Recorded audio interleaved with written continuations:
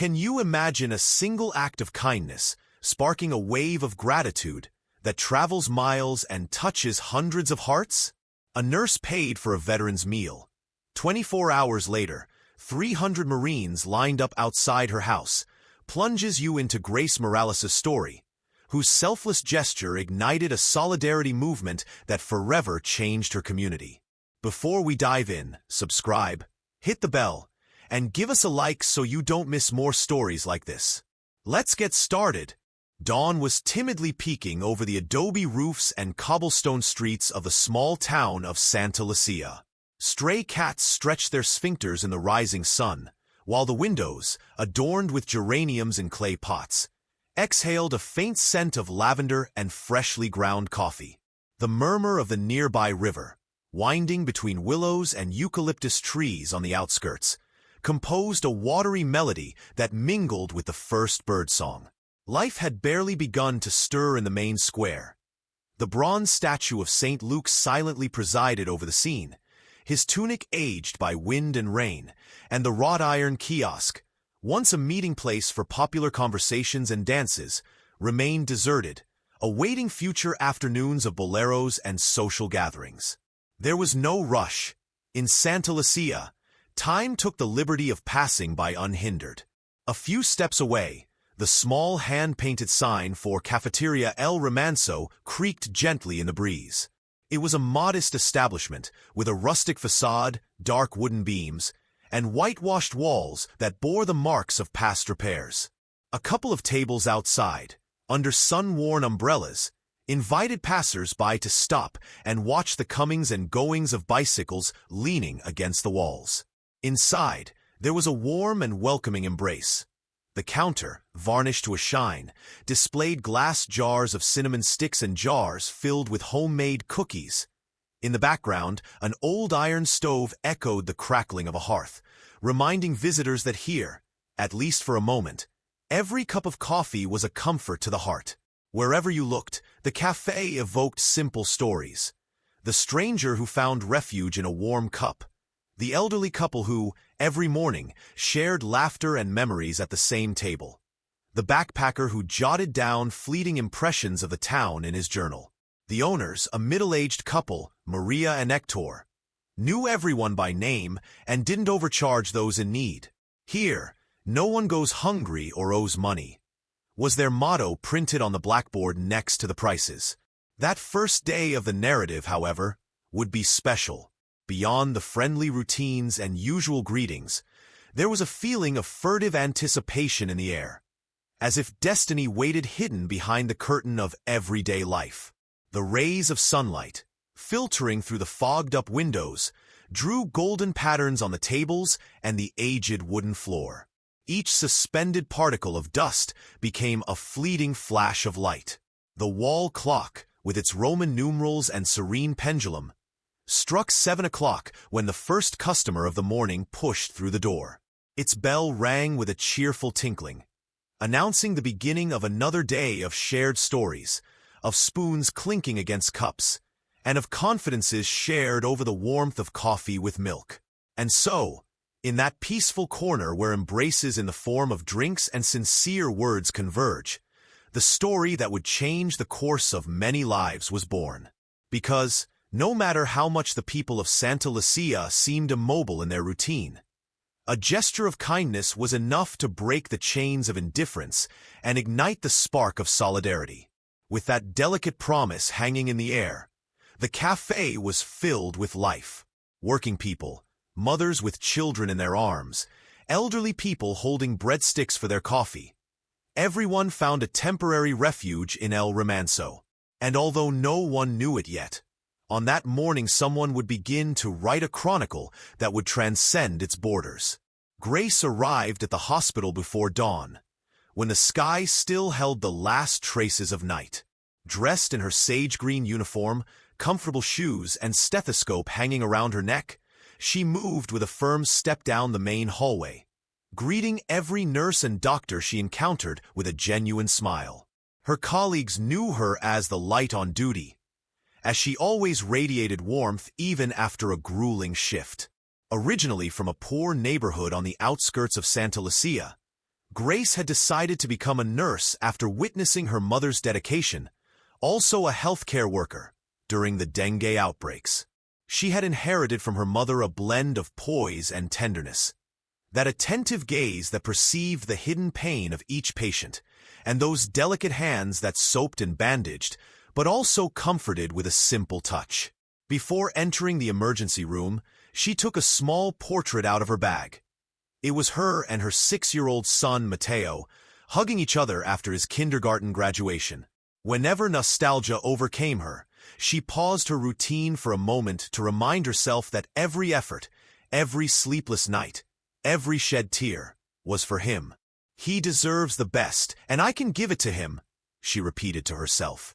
At 7 o'clock sharp, the first patient of the day was waiting at the counter. 82-year-old Dona Lupita, trembling, holding a pharmacy jar. "Good morning, my girl," she said when she saw her. Grace took the jar, examined it carefully, and after checking the dosage, explained in a gentle voice how to administer the medication. Then she added, "Don't worry, Dona Lupita. If you feel any discomfort, call me. I'm here to help you." Dona Lupita nodded, her eyes glassy with gratitude, as Grace escorted her to the door.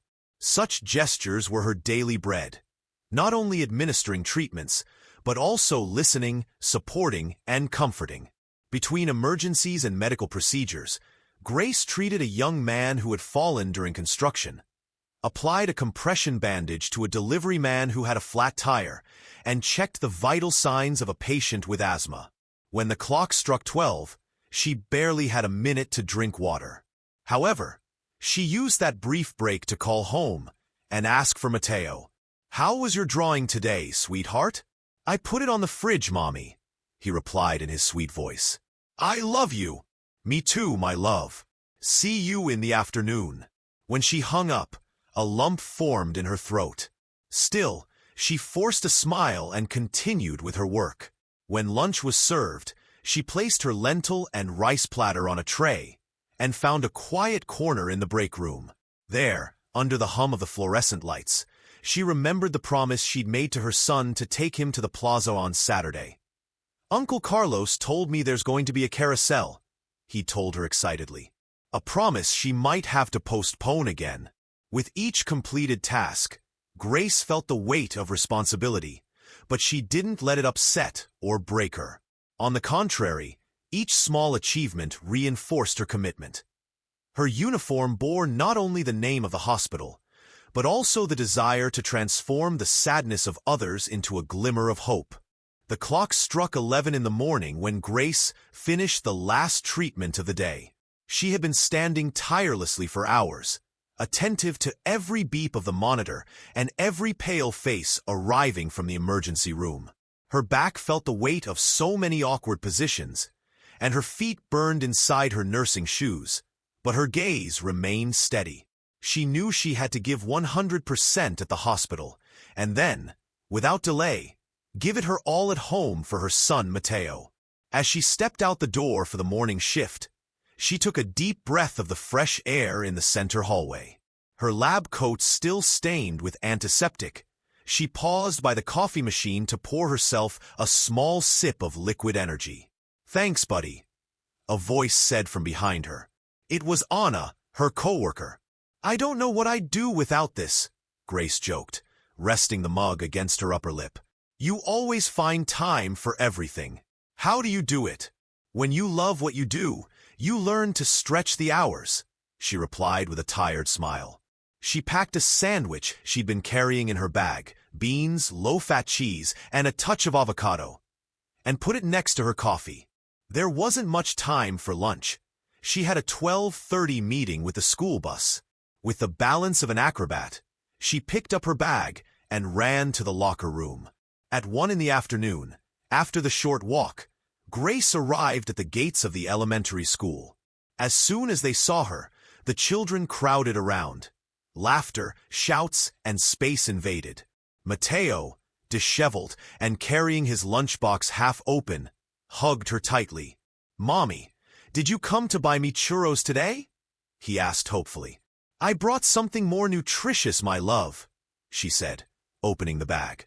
"But I promise that on Saturday, we'll go get those churros from the kiosk." She rode him home on a bicycle borrowed from a neighbor.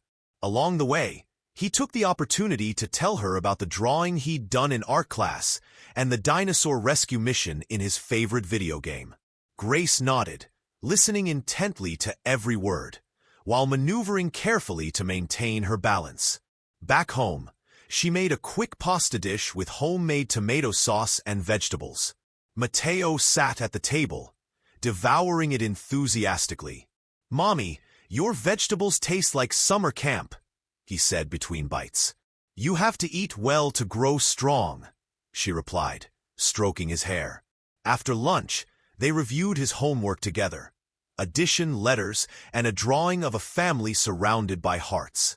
Grace was surprised by how neat he was, despite the messiness of her own days. With a kiss on his forehead, she put him to bed and mentally reviewed the time. It was already 3 in the afternoon, and he had to return to the hospital before 4, when his evening shift began. She left the house in silence, the lights off, her mind torn between the next round of patients and the image of Matteo asleep. On the way back, her phone vibrated. A text message from the pharmacy reminding her to pick up supplies for a patient in the middle of the night. Yet another reminder of the endless list of responsibilities. Back at the hospital, she mechanically took off her jacket, inhaled deeply, and walked through the access door. A new succession of exhausted faces and emergencies awaited her. As she adjusted her instrument panel, she remembered the word that best defined her life: resilience. Resisting fatigue, worry, and lack of time in order to sustain the well-being of others. Between chart reviews, for changes, and dosage explanations, the clock ticked mercilessly. At 7 in the evening, she felt her stomach growling with hunger. But she postponed her rest when she saw a single mother arrive with her feverish baby. There was no room for self-indulgence. Duty compelled her to answer the call from the infirmary. When that case was over, her shoulders seemed lower, and her head throbbed with the echo of fatigue. She looked at the digital clock with dismay. It was just after 9. She knew the coffee from the machine wouldn't be enough, and that her only real option for a substantial meal was to go to El Romanzo, the café where she'd planned to spend her next break. With her uniform stained and her nerves on edge, she set out once more into the starry night of Santa Lucía. The moon promised to watch over her as she embarked on the last journey of the day. The journey toward a brief oasis of human warmth and perhaps a restorative snack. The next day, after turning off the hospital light and nodding goodbye to her co-workers, Grace headed to the corner supermarket to stock up on groceries. The cart creaked under the weight of a couple of cans of tuna, rice, pasta, and a liter of milk. As she pushed it, her mind raced over the bills. The electricity bill due at the end of the month, Matteo's tuition, the rent for the modest little house she shared with her son, and the small loan she'd taken out to fix the old water heater. "Excuse me, ma'am, can I finance this in 2 installments?" Grace asked, flashing a smile. "Sure, miss, but there's a small surcharge," the cashier replied condescendingly. She accepted the terms, aware that any short-term help would become a long-term debt. She put the punched receipt in her purse next to her wristwatch, which already showed 6 in the evening. Even with financial constraints, Grace never stopped thinking about how to alleviate the suffering of others. Every coin that came into her hands, even if it was borrowed, seemed like a resource to bless others. That same afternoon, as she walked past the municipal shelter, she saw Rosa, the elderly woman selling paper flowers to supplement her pension. Without hesitation, she took a napkin from her purse to wrap the most colorful bouquet, paid the right price, and added an extra bill. "So you can buy more paper and keep making your flowers," she explained softly. Rosa looked at her in disbelief and took her hand. "I don't know how to thank you, child," she murmured through tears. "Just keep creating beauty with your hands," Grace replied before walking away. On her way home, she passed a homeless young man flipping through a fast food brochure. She offered him the rest of the sandwich she'd been keeping in her bag in case he got hungry before dinner. The boy gratefully accepted and, after a bite, looked up in confusion. "Thanks. This is the best thing I've had in days." "Take care of yourself," she whispered before resuming her walk. Upon arrival, she struggled to turn on the heater and filled a bowl with hot water to make chamomile tea. Beside her, on the small table, were 2 plates of corn tortillas and cheese. One for her, one for Mateo, who was already tucked in, sleeping with the drawing of the family on the nightstand. Grace sat down in the creaking chair, hunched over, and dropped her coat over her back. Hunger surged through her again, but she chose to drink the tea and leave the plate untouched. "It's better to leave something for tomorrow," she thought. As she sipped her tea, she mentally reviewed her hardships. Her salary, which, despite being decent, barely covered the bare necessities. The electricity and water bills, school tuition, the heater repair that made renting more difficult, and finally, the gas for the car that took her to the hospital. However, that list of hardships never managed to taint her generosity. Whenever she found a little bit of encouragement, she released it in the form of helping others. Before going to bed, he checked his wallet. There were barely 60 pesos left. He carefully put the bills away and took out his worn leather wallet. On it, a small newspaper clipping with a phrase printed in capital letters. "Hospitality does not impoverish the giver." It had been a note he'd tacked onto it months ago, when he'd been going through a period of discouragement. That maxim echoed in his mind again like a mantra. Despite the lack of abundance, kindness was never an unaffordable luxury. With a light heart, she turned off the light and slipped under the covers, embracing the certainty that, even though her pockets were empty, her soul was brimming with compassion. In the dimness of the room, a smile formed on her weary lips. "If today I was able to bring a little relief to Rosa and the young man in the brochure, tomorrow new opportunities will arise to sow hope." The alarm clock rang with its usual insistent ticking before the sky clearly announced dawn. Grace opened her eyes with the start of someone who had barely slept. The sheets were rumpled and her pillow damp with the sweat of an interrupted sleep. With a sigh, she sat up and forced herself to start the day. She had promised Mateo she would be there in time to have breakfast with him before he left for school, but the weight of her night shift condemned her to an agony of just a few minutes. She dressed hastily, put on her lab coat, and, with no time for coffee, grabbed a handful of nuts from her pantry. While she chewed hastily, she mentally reviewed the route. First the pediatric shift, then the brief midday meeting to coordinate a vaccination campaign, then a checkup in the ICU, and finally, the home visit to the family of a critically ill patient. All of this before 6 in the evening, when she promised to stop by El Remanso for a break from the stress of her own responsibilities. "Mommy," she suddenly heard Mateo's little voice. "Here I come, sweetheart," she replied, darting out of the house. The boy saw her at the door, her smock still stained from her previous shift and her hair tied haphazardly. Even so, she gave him her biggest smile. Grace bent down to hug him. "Forgive me if I'm late to school today, but I'll pick you up at the amusement park this weekend, I promise." He nodded confidently. "I know, Mommy. Thanks for always taking care of me." Dropping Mateo off at school, she headed to the hospital, her heart pounding. She had barely set foot in the pediatrics ward when her phone vibrated. A text message from the administration. "Your presence is required in the conference room in 5 minutes." Breathless, she dumped her backpack in her locker and hurried down the hallway, past sick patients and distraught family members. The meeting was a parade of slides, red-tinted charts showing low vaccination coverage rates and reduced budgets. Grace, seated next to other department heads, blinked as she listened to proposals that almost always sacrificed nursing time to save costs. By the end, tension tightened in her chest. How are we going to immunize everyone if we keep cutting staff? She wondered silently.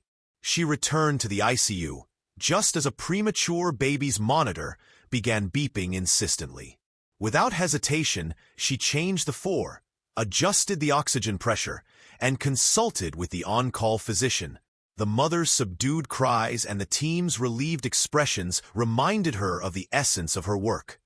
Beyond paperwork and clippings, she was caring for life. At midday, she dreamed of a respite. Her only salvation was the afternoon shift. A 2-hour window to eat something other than a cold sandwich or nuts. With that hope, she rummaged in her bag for a cafeteria voucher she'd been given as a token of gratitude last month. She walked unsteadily through the dimly lit corridors, lit only by yellowish neon lights, and felt a slight dizziness that forced her to stop. She leaned her head against the wall, closed her eyes for a moment, and murmured, "A coffee and a moment of peace." When she finally pushed open the door of El Romanzo, a warm chime rang out. The air smelled of freshly baked bread and cinnamon. The bar had a welcoming glow, and the murmur of conversation mingled with the subtle crackle of the espresso machine. She settled at a table by the window, removing her robe with a gesture of relief. Through the glass, stained with ancient rain, she saw the treetops swaying in a gentle breeze. For a moment, she allowed herself to close her eyes and release the pent-up fatigue. The waiter, a man with a kind face and a scraggly beard, approached carefully. "The usual, Miss Grace?" "Yes, please. A double cappuccino and the carrot cake," she replied quietly. "I'll bring it right over." At first sip, the coffee burned her throat, but it also gave her a burst of energy and comfort. Between spoonfuls of cake and distracted glances at the landscape, she felt the weight of the day fade away. That pause was a balm, a respite that allowed her to remember that she lived for something more than emergencies and obligations. Grace took the last sip of her cappuccino as she watched, half asleep, the bustle of cups and saucers inside El Romanzo. The warmth of the cup still ran through her fingers, dispelling the chill of the night and the tiredness of an endless day. She closed her eyes again for a moment, savoring that haven of peace, when the jingle of the front door made her jump up. An elderly man, his back bent and his eyes glued to the ground, pushed open the glass door with his right arm resting on a wooden cane. His uniform seemed reminiscent of a military past. He wore a gray cloth coat, worn at the elbows, and an olive-green hat with an embroidered emblem of intertwined eagles. His thinning gray hair peeked out from under the cap, and his weathered face bore deep wrinkles, the marks of too many years in the sun. He dropped his cane against the ground and advanced with a hesitant step, holding onto the door frame. All the patrons, surprised by his presence, lowered their conversations. Even the waiter momentarily paused in the washing of cups and regarded the old man with respect. Grace straightened her back and approached, sensing in the arch of her body, more than in the words, a silent plea. The veteran stopped at the counter, his gaze lost in thought over the chalk-painted menu. A young waitress took his notes and asked gently, "What would you like, sir?" The old man looked up, and for a moment his pale eyes met Grace's. They held nostalgia and tiredness, but also modesty and wounded dignity. He stammered, A coffee and the daily menu, please." "Sure, sir. Would you like bread and dessert, too?" she insisted, without lowering her notebook. He shook his head, impatient to tear his eyes away from the prices. "Just the bare necessities." The waitress walked away after taking the order, and the old man leaned both hands on his cane, hunching over even more.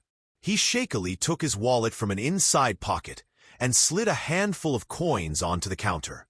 As he counted them, his brow furrowed. The total was close to 50 gold coins, but he was a few pieces short of the full payment. At that moment, the young waitress returned with a somewhat uncomfortable look. "Sir, 10 coins are missing for the menu and coffee." The veteran raised his face, his dignity still broken, and murmured, "I'm sorry, I thought." His words caught in his throat. He avoided looking up, as if the counter had become an abyss of shame. Grace, who was watching the scene from the next table, felt a lump in her throat. The old man's face seemed fragile, like a marble statue about to crumble. Without thinking, she stood up and approached the counter, bringing the warmth of her voice with her. "Allow me, sir." The veteran looked at her in surprise. Grace took out her wallet and, with determined hands, deposited the remaining coins. "I'll take care of this." The waitress opened her eyes and quickly put the coins away. The old man cleared his throat and tried to protest. "No, I don't need. You've already paid." "I assure you it's fine," Grace said, giving him a gentle smile. "Enjoy your meal and your coffee in peace." The veteran nodded softly and, with a trembling gesture, held those generous hands in his own. The silence thickened for a second. It wasn't just a gesture of payment, but a bridge built between two solitudes. Grace looked away for a moment, feeling the myriad of stories that lived within that man. The sound of boots on the sand, the echo of whispered orders on a distant battlefield, the images of fallen comrades. As she pushed away from the table, she could see the veteran, his head held higher, heading toward the nearby table where the steaming coffee and simple plate rested. Grace returned to her chair, feeling the warmth of the gesture burn in her chest. For the first time in hours, she felt her fatigue give way to a comforting lightness. She had given back to someone in need. The elderly veteran stood motionless at the counter, his gaze fixed on the coins trembling on the varnished wood. Each cent seemed a silent witness to his unworthiness. The man who had proudly served his country, who had marched with his comrades under banners and chants, now struggled with the weight of a few coins, insufficient to buy a simple lunch. He brought his hands to his face, blocking the trembling of his fingers. The wrinkles on his forehead were marked by the tension of years of discipline and frayed nerves. He closed his eyes and let his head hang, as if trying to hide behind the military coat that still retained the faint scent of a glorious past. A thread of voice, barely a whisper, escaped his lips. "Damn it! How could I?" He tried to arrange the coins with a certain stealth, like someone gathering poker chips after an unlucky hand. But his stiff fingers didn't respond with agility. The waitress, still holding the notebook, waited for him silently, her eyes softening in a look of suppressed pity. She understood, because more than one of them had suffered that humiliation, that he didn't want compassion but dignity. The veteran quickly looked up again, avoiding direct eye contact. He leaned heavily on his cane, as if trying to stand upright in a final attempt at resistance. However, his proud expression was shattered when he saw Grace's pained expression, watching from the table with empathetic eyes. He inhaled a hot breath. "I can't. I don't have any more." Those words echoed throughout the establishment. A soft murmur spread among the tables. Some customers lowered their gaze, others clenched their fists under the table. The veteran felt the heat of the stares, but not of admiration. It was the fire of shame, which made his skin crawl and his pulse quicken. He wanted to back away, retreat to the anonymity of the door, but his legs didn't respond with the speed they had before. In an effort to regain his honor, he raised his wallet and counted the coins again and again. Each count yielded the same result, for more coins were missing to cover the price of the coffee and the menu. Barely 4 coins separated him from the catastrophe of feeling like a human wreck. He remembered the endless lines at the barracks, the orders he obeyed without hesitation, the marches through the snow and dust of remote roads. Those experiences had taught him discipline, strength, and brotherhood, but no one had warned him about the humiliation of not having enough for a hot meal. He trembled slightly and placed a hand on his chest, as if trying to stop the pounding of his heart. His face turned pale, and a cold sweat ran down his temple. Thirsting for respect, he raised his voice. "Ma'am, miss, excuse me. I'm sorry." But the vowels choked in his throat, and only a thread of agitated air emerged. He felt a lump in his throat that prevented him from speaking properly. He took a step back, ready to turn and leave before the pain of shame completely overcame him. The cane creaked under his weight, and for a moment it seemed as if he might collapse. The murmur in El Remanso grew louder. Whispers of sympathy, of indignation at the injustice. Some customers stood up, ready to offer their help, but the veteran, with a firm demeanor, shook his head. He didn't want handouts from strangers. He wanted what he had earned with his own sweat and sacrifice. He leaned with both hands on his cane and looked out at the street. Through the window, the evening light swept across the wet pavement, while the leaves of the trees danced in the wind.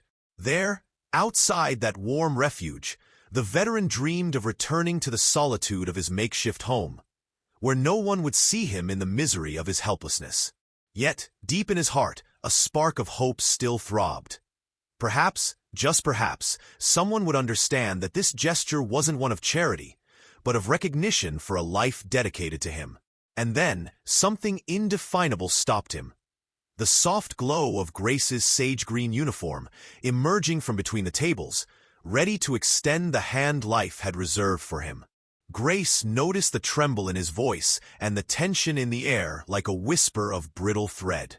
That humiliation from others hurt her chest. She couldn't remain impassive. Resolutely, she stood up from her table, placed her hands on the back of her chair, and walked toward the counter. Each step was an act of will, driven by the certainty that sometimes a small gesture is enough to restore another person's dignity. "Sir," Grace said, her voice calm but firm, "allow me to help you." The veteran raised his head in surprise, as if he didn't think he heard correctly. His pale eyes, clouded with embarrassment, rested on Grace's face, who held his gaze warmly. He opened his mouth to protest, but she gently raised her hand. "Please, today is my treat." Grace delicately slid her own bills and coins next to the veteran's, completing the payment. The waitress, now accustomed to that movement, quietly collected the total, with a gesture of respect for both of them. The moment the last coin slid into the drawer, a collective sigh ran through the café. It was as if an invisible weight had been lifted. The old man took a step back, leaning heavily on his cane. The tension on his face transformed into suppressed disbelief. That young, unassuming woman, who had spent hours among sick people and mountains of bills, now offered him unexpected relief. His heart, accustomed to beating to the rhythm of military drums, felt something new, the warmth of unlabeled gratitude. "I don't know how. Thank you, miss," the veteran murmured, his voice trembling. "You don't know?" Grace bowed her head, giving a soft, genuine smile. For the first time that day, she noticed that her tiredness had faded into the background. "I just want you to enjoy your meal in peace. Nothing more." The veteran nodded slowly. With an almost reverent gesture, he gripped his cane in one hand and, with the other, held a handkerchief to his eye, as if stifling a torrent of emotion. As he walked toward the table set for him, Grace took a step back and returned to his chair. Along the way, he noticed the approving glances of some customers and the gentle murmur of the waitress, who quietly commented, "What a great person." When she regained her place, she rested her chin on her closed fist and closed her eyes for a moment, allowing herself to be flooded by the gratitude circulating in that small sanctuary of warmth. The cup of cappuccino was still steaming, and the slice of carrot cake waited for her, oblivious to the emotional upheaval that had just occurred. Between the sweetness of the cream and the aroma of the cinnamon, Grace understood that her gesture had been much more than payment. It had been a recognition of the value of a life dedicated. Minutes later, the veteran looked up and exchanged a brief nod with her, as if with that simple gesture he sealed a tacit pact of respect and solidarity. The murmur of the cafeteria transformed into a soft backdrop that rocked the routine once more, and Grace, with a light heart, took the spoon to dig into the cake, savoring each bite with a renewed sense of purpose. The murmur of El Remanso returned to its usual level. The clink of spoons against cups, the relaxed conversation of a couple over a slice of cake, the slight creak of chairs as they settled in. It was then that Grace, after digging her spoon into the cake and taking another sip of cappuccino, noticed the elderly veteran watching her out of the corner of her eye. He looked up, and she returned the gesture with a calm smile. With a more confident gait, having regained his dignity, the man approached the corner where she was sitting. He leaned his cane against the wall and sat opposite her, swinging his right foot. The gray uniform was now nothing more than a cloth souvenir, but the eagle emblem still stood out on his cap, silent and proud. "Excuse me for bothering you," he began in a soft, slightly husky voice. "My name is James Carter. I was a sergeant in the Army many years ago." Grace leaned forward, interested. That voice, both warm and strong, fit the man she'd seen moments before, struggling with embarrassment. "It's an honor to meet you, Sergeant Carter. I'm Grace Morales, a nurse at the municipal hospital. I'm glad you were able to eat in peace." James nodded slowly. He reached into his inside coat pocket and pulled out an old, ink-stained handkerchief. Carefully, he unfolded it on the table. It was a yellowed letter, folded in four, with shaky handwriting. "I wanted to thank you, Miss Morales," he said, his voice breaking. "I lost many comrades in the war, and one of them always told me that solidarity was the most powerful weapon against darkness." Grace bowed her head, moved. She placed her spoon on her plate and remained silent, giving the veteran the space to continue. "This letter," James continued, pointing to the envelope, "was given to me when I returned home. In it, my platoon considered me one of their own. I thought I had nothing to offer now, until you offered your help." Gently, Grace took the letter between her fingers. She looked at the faded ink and read her own name on the front. "To Miss Grace Morales, with eternal gratitude." "You don't have to open it if you don't want to," she said gently. "I'd like you to read it," James replied. Grace did so reverently. The words recounted how, years ago, James had protected his comrades in an ambush on foreign soil, how he had saved the life of a young soldier trapped under rubble, and how these memories reminded him that generosity can rebuild what war destroys. At the end of the letter, an underlined sentence stood out clearly. "The kindness you offer to a single heart is a victory over indifference. Thank you, Grace, for being that victory." Grace felt a chill run down her spine. She looked up and met James's eyes, filled with gratitude and a faint glimmer of suppressed emotion. "I don't know what to say," she murmured. "You're very generous to share your story. You saved my dignity," the veteran replied firmly. "Today I feel alive again, because someone recognized that my past has value." For a long moment of silence, the two stared at each other. Around them, the customers went about their routines, but for them, that corner had become a sanctuary of complicity and mutual recognition. "May I ask you a question, Miss Morales?" James asked after a moment's hesitation. "Of course. Why do you help strangers when you don't even know their names?" Grace thought about it for a moment. She smiled tenderly and replied, "You may only know him for a moment, but that moment can change your life. And sometimes we need someone to believe in us so we can believe in ourselves." James nodded, satisfied with the answer. He leaned back in his chair with a deep sigh and brought the handkerchief to his face again, this time without haste or embarrassment. Grace offered him a glass of water, and he gratefully accepted. Outside, the sun began to peek through scattered clouds, signaling the end of the afternoon. Grace looked at her wristwatch. Time had flown by without her even noticing.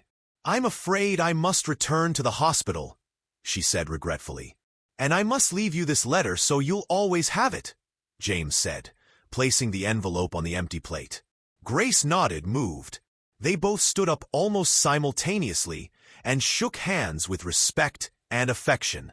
It was a brief but meaningful squeeze, a silent bond uniting two different paths through a gesture of tenderness. The sun was beginning its descent over Santa Lucía when James struggled to his feet. leaning on his cane. His footsteps echoed faintly on the wooden floor of El Remanso. Grace, still savoring the last bite of carrot cake, looked up and put her spoon aside. There was something in the veteran's posture, a mixture of gratitude and regret at having to say goodbye to that brief refuge where he had regained a shred of his dignity. "Miss Morales," James said, his voice sounding firmer than at the beginning, "I don't know how to thank you for everything you've done for me today." Grace pushed back her chair and stood up as well. Her slippers touched the floor with a soft squeak, as if reminding her of the true weight of her steps after such a long day. "It was nothing, Sergeant Carter. I was just doing what any decent person would do." James shook his head. "No, it's not the same. You restored my faith in kindness. You reminded me that there are still people willing to reach out without expecting anything in return." For a moment, the veteran remained silent, searching for the right words. With a determined gesture, he took a small, cloth-wrapped object from his inside coat pocket. It was a medal, the insignia of the division to which he belonged, polished with age, but with the eagle still in defiant profile. "I want you to have this," he said, reaching out to offer it to Grace. "It was a gift from my platoon decades ago. I always believed it should stay with me, as proof of my service. But today I wish it to be yours." Grace put a hand to her chest and shook her head in disbelief. "I appreciate it, but I can't accept something like that. You deserve it," James, with the typical trembling of suppressed emotion, insisted. "Please. You helped me when I needed it most. If you allow me, I would like you to wear this badge on your uniform, as a symbol that your compassion is worth more than 1,000 tributes." Grace's eyes filled with barely contained tears. She felt the weariness of months of endless shifts melt away at the simplicity of that act. She reached out timidly and took the medal, gently placing it against her gown. "Thank you, Sergeant Carter. It's an honor." James leaned on his cane and breathed a sigh of relief. He turned toward the exit and, before crossing the threshold, took one last look at Grace, as if saying goodbye to a memory he would cherish forever. Outside, the afternoon painted the sky orange and purple. The cafeteria door creaked shut behind her steps, and the jingle of the bell echoed like a silent hymn. Grace stood motionless, staring at the medal on her chest. For the first time, she felt that a metallic object symbolized not only a history of conflict, but also a personal victory, the victory of empathy. The usual murmur returned to the tables. Laughter, the clinking of cups, and the whisper of everyday conversation. Grace looked down, stroked the medal with her thumb, and as she mentally repeated James Carter's name, realized that this encounter had given her something more valuable than a plate of food. It had offered her the certainty that acts of kindness resonate in people's hearts. With a full stomach and a refreshed spirit, he placed his jacket back on his chair, gathered his belongings, and prepared to return to the hospital. As he walked toward the door, he knew he was carrying with him a story that, due to its emotional power, wouldn't end in the cafeteria, but would continue to beat in his memory as a testament to hope. Night covered Santa Lucía with its blanket of stars when Grace closed the door of El Remanso behind her. The sound of the doorknob clicked sharply, marking the transition between that warm refuge and the expectant silence of the deserted street. Her uniform still scented with coffee and the aroma of freshly baked bread, she adjusted the medal on her chest and started back home. The streetlights drew golden puddles on the wet pavement. Each of Grace's steps echoed in time with her labored breathing. Images of her meeting with James Carter danced in her mind.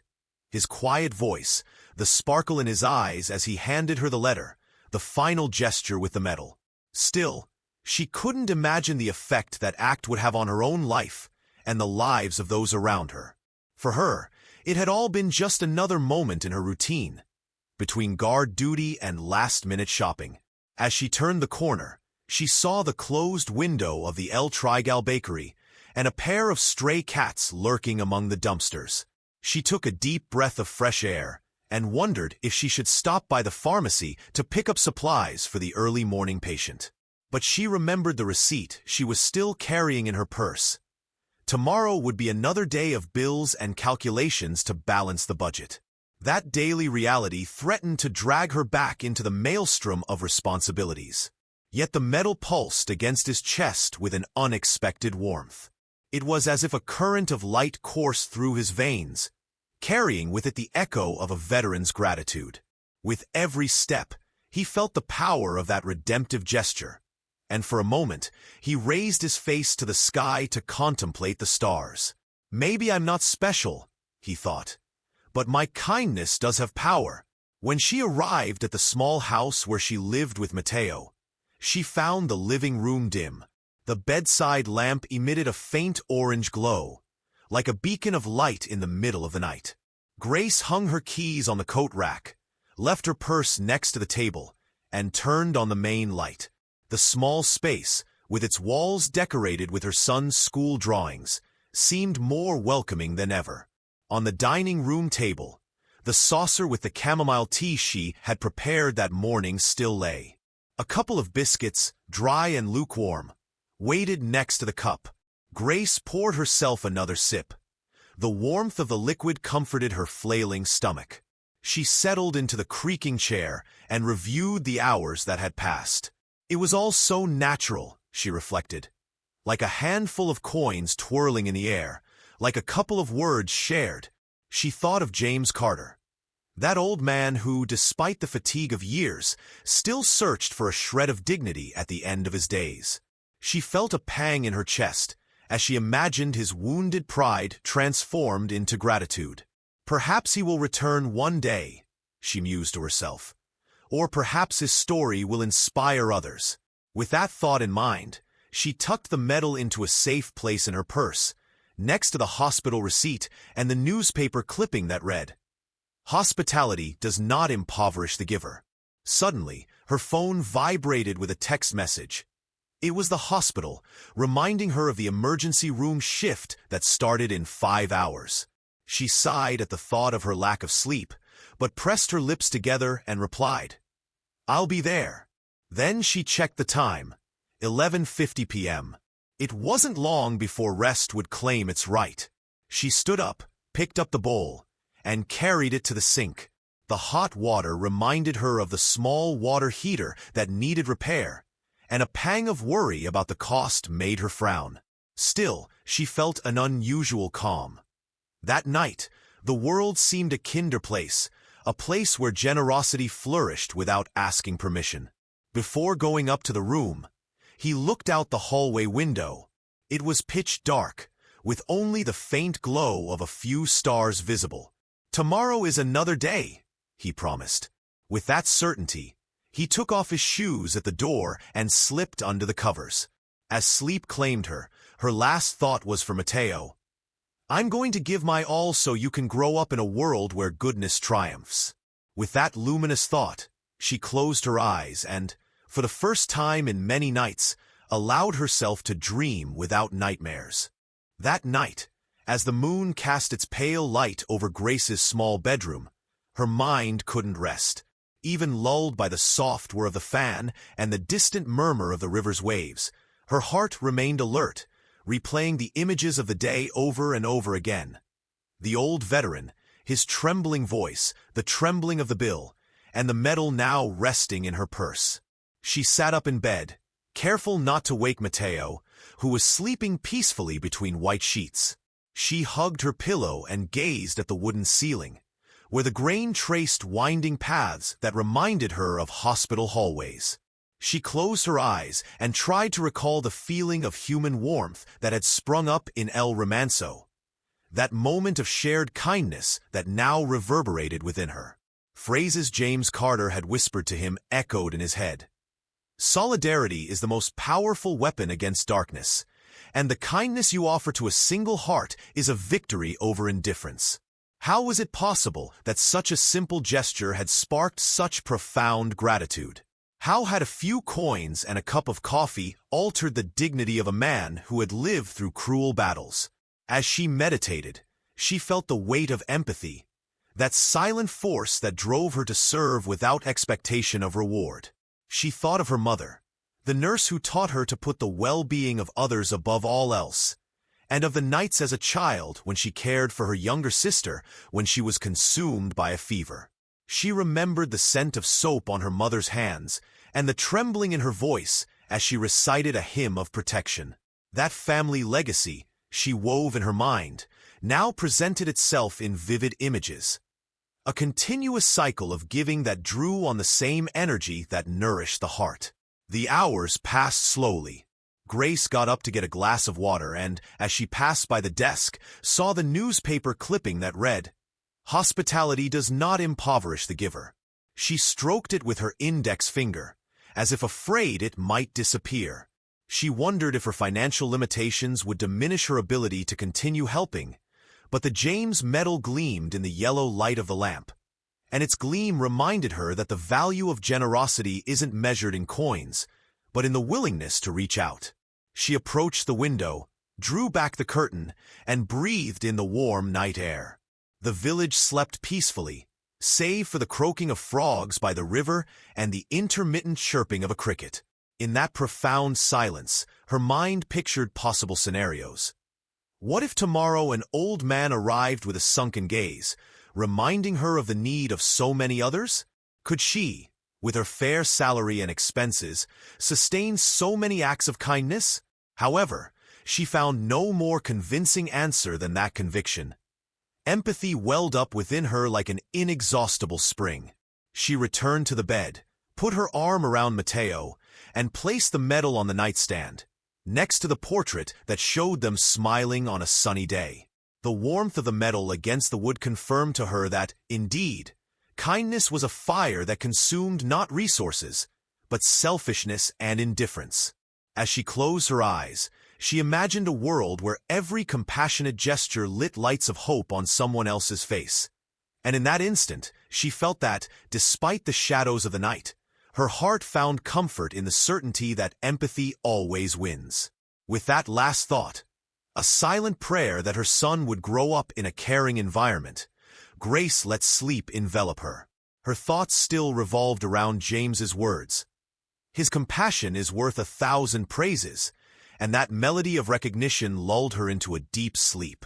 The early morning wind blew its cold breath through the cracks in the window, making the whitish curtains dance in a ghostly sway. Grace, fast asleep, suddenly felt a strange tickling on the back of her neck, a low murmur she wasn't used to hearing in the quiet of the Santa Lucía night. She opened her eyes slowly, aware that any sound was amplified in the dimness of her room. There on the nightstand, the metal James had given her gleamed silver in the dim moonlight.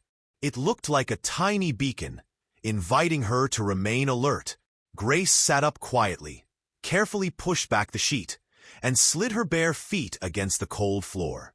Her heart pounded with a mixture of sleepiness and curiosity. "Is that stray cat lurking again?" she thought, as she moved toward the window. Mateo's drawings hanging on the wall looked like giant figures in the dim light. There were the smiling clouds he'd painted, the green dinosaurs from his favorite TV series, and the family surrounded by hearts. That childlike innocence contrasted with a strange feeling of unease running down her spine. Grace mentally reviewed the calendar. No alarm, no guard duty for hours. Only the insistent murmur, like a distant clicking, echoed in the street. Quietly, she approached the window and raised the curtain. The glass was cold and covered with a fine layer of dew. Outside, the sky was just beginning to lighten with a glimmer of dawn. Through the gloom, she could make out a figure advancing with a martial stride, upright and even, yet distant. Then she heard the crunch of boots on the cobblestones. A faint shudder ran through her. It wasn't a cat, nor the creaking of branches. It was something else, a collective murmur of deep, rhythmic voices, almost a distant chant. She lowered the curtain and turned on the hall light, so she wouldn't get disoriented going down the stairs. The floorboards creaked under her feet as she descended, but the murmur didn't stop. Now it seeped through the crack in the front door, mingling the metallic echo of hooves with a faint clink of military straps.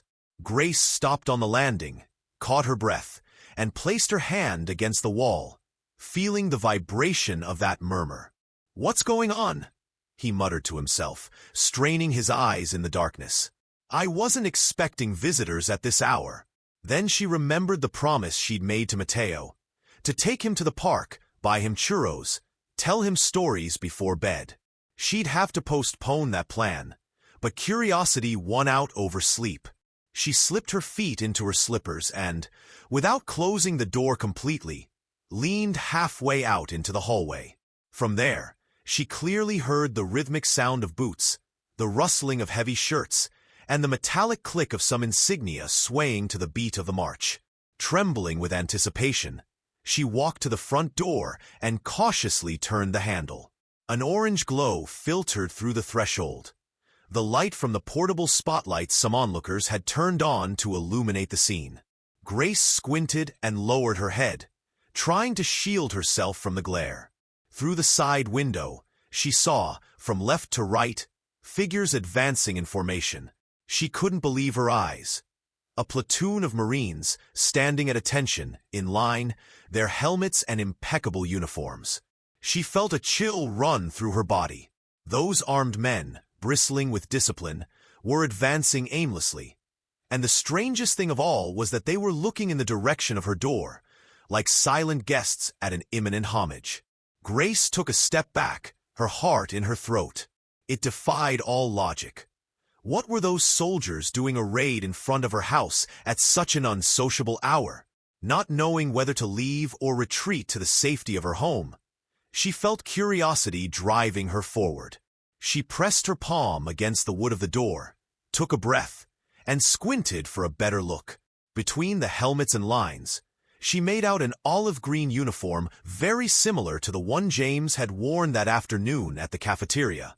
The sound of boots on the cobblestones echoed in her ears like a war drum turned into a call of honor. Grace held her breath and, for a moment, hesitated. The world she knew, with its hospital shifts and installment purchases, seemed to dissolve into that parade of silhouettes silhouetted against the dawn light. The murmur transformed into a rhythmic and powerful heartbeat, as if the pulse of her kindness had summoned those men. Her heart swelling with questions and wonder, she gripped the handle and prepared to open the door. What would happen next would change her life in ways she couldn't yet comprehend. The handle opened with a soft creak, and Grace hesitantly pushed the door open. Standing on the threshold, the scene took her breath away. In front of her house, on the cobblestones dampened by the first morning dew, 60 Marines formed an immaculate platoon. Each wore an olive-green uniform and peaked cap, shod boots, and held their rifles at rest, the barrel pointing to the ground and the butt resting on their right boot. Their faces were stern, their gaze fixed and serious, as if they had come to pay homage to a monument erected in their honor. Grace felt her heart pounding. The shadows of dark circles still lingered on her cheeks, but now she discovered a new sparkle in her eyes. Curiosity and uncertainty mingled with a hint of pride. How did those soldiers know where she lived, and why had they shown up so early? They didn't even know her name. Consumed by surprise, she held her breath and observed every detail. The rising sun reflecting off the collar insignia, the rigidity of the formation in ranks of 10, the solemn silence barely broken by the call of a blackbird in the nearby tree. The corporal in charge, positioned 2 paces away, raised his hand in an almost choreographic salute and, after a brief nod in Grace's direction, ordered in a clear voice, "Attention, at attention." The Marines stretched like springs and stood at attention, lined up like a wall of uniforms. Silence thickened in that instant, as if the air itself were holding back, waiting for an explanation. Grace Parable. His hands were sweating, and the metal pin to his smock throbbed against his chest, as if acknowledging the arrival of his comrades in arms. A soldier took a step forward, a stern-eyed young man clean-shaven, with few wrinkles on his forehead. He carried a folder under his arm and, after aligning his gaze with Grace's, opened his mouth. "Miss Grace Morales," he said in a firm voice, yet modulated by respect. "On behalf of the United States Marine Corps, my Sergeant James Carter and I extend our most cordial welcome to this humble tribute." Grace hesitated for a moment, paralyzed by emotion and disbelief. Her lips trembled, but the soldier continued without breaking stride. 24 hours ago, Mr. Carter shared a cup of coffee with you and a few words of gratitude. What you don't know is that this gesture spread throughout our battalion, inspiring profound appreciation. We've come here to express our gratitude to you in person. As he spoke, a hushed murmur ran through the formation. Some Marines smoothed their uniforms, others gazed at the horizon, their faces bathed in the golden light of dawn. The soldier raised the folder and extended it to Grace. This folder contains infantry statements, field communications, and letters from every veteran who served under Sergeant Carter. We would like you to retain this document as a symbol of our collective gratitude. Grace took a step back, her eyes blurring with tears. That battalion that had administered vaccines, attended emergencies, and paid for vigils around a remote hospital now stood in perfect formation to honor her. A stifled sob escaped her throat. She barely managed to murmur, "I have no words. This is too much." The soldier nodded and, with a military gesture, ordered, "Rest." The Marines dropped their weapons, relaxed their posture, and dispersed into a respectful semicircle. An air of solemnity hung in the air, as palpable as the morning mist. Then James Carter emerged from the formation, carrying his cane and his cap slightly tilted. He strode forward, waving to those around him, and stood before Grace with a proud smile. "I told you, Miss Morales," he said in an emotional voice. "I promised you I wouldn't come alone." Grace felt her world spin in slow motion.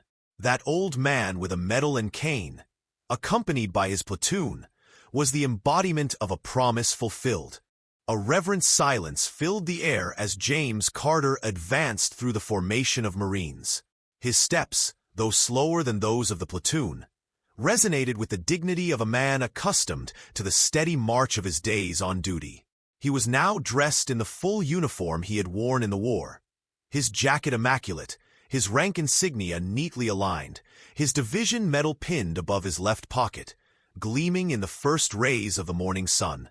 The contrast with the image of the dejected old man from the previous afternoon was so powerful that it invited one to believe in the capacity of human grace to restore the spirit.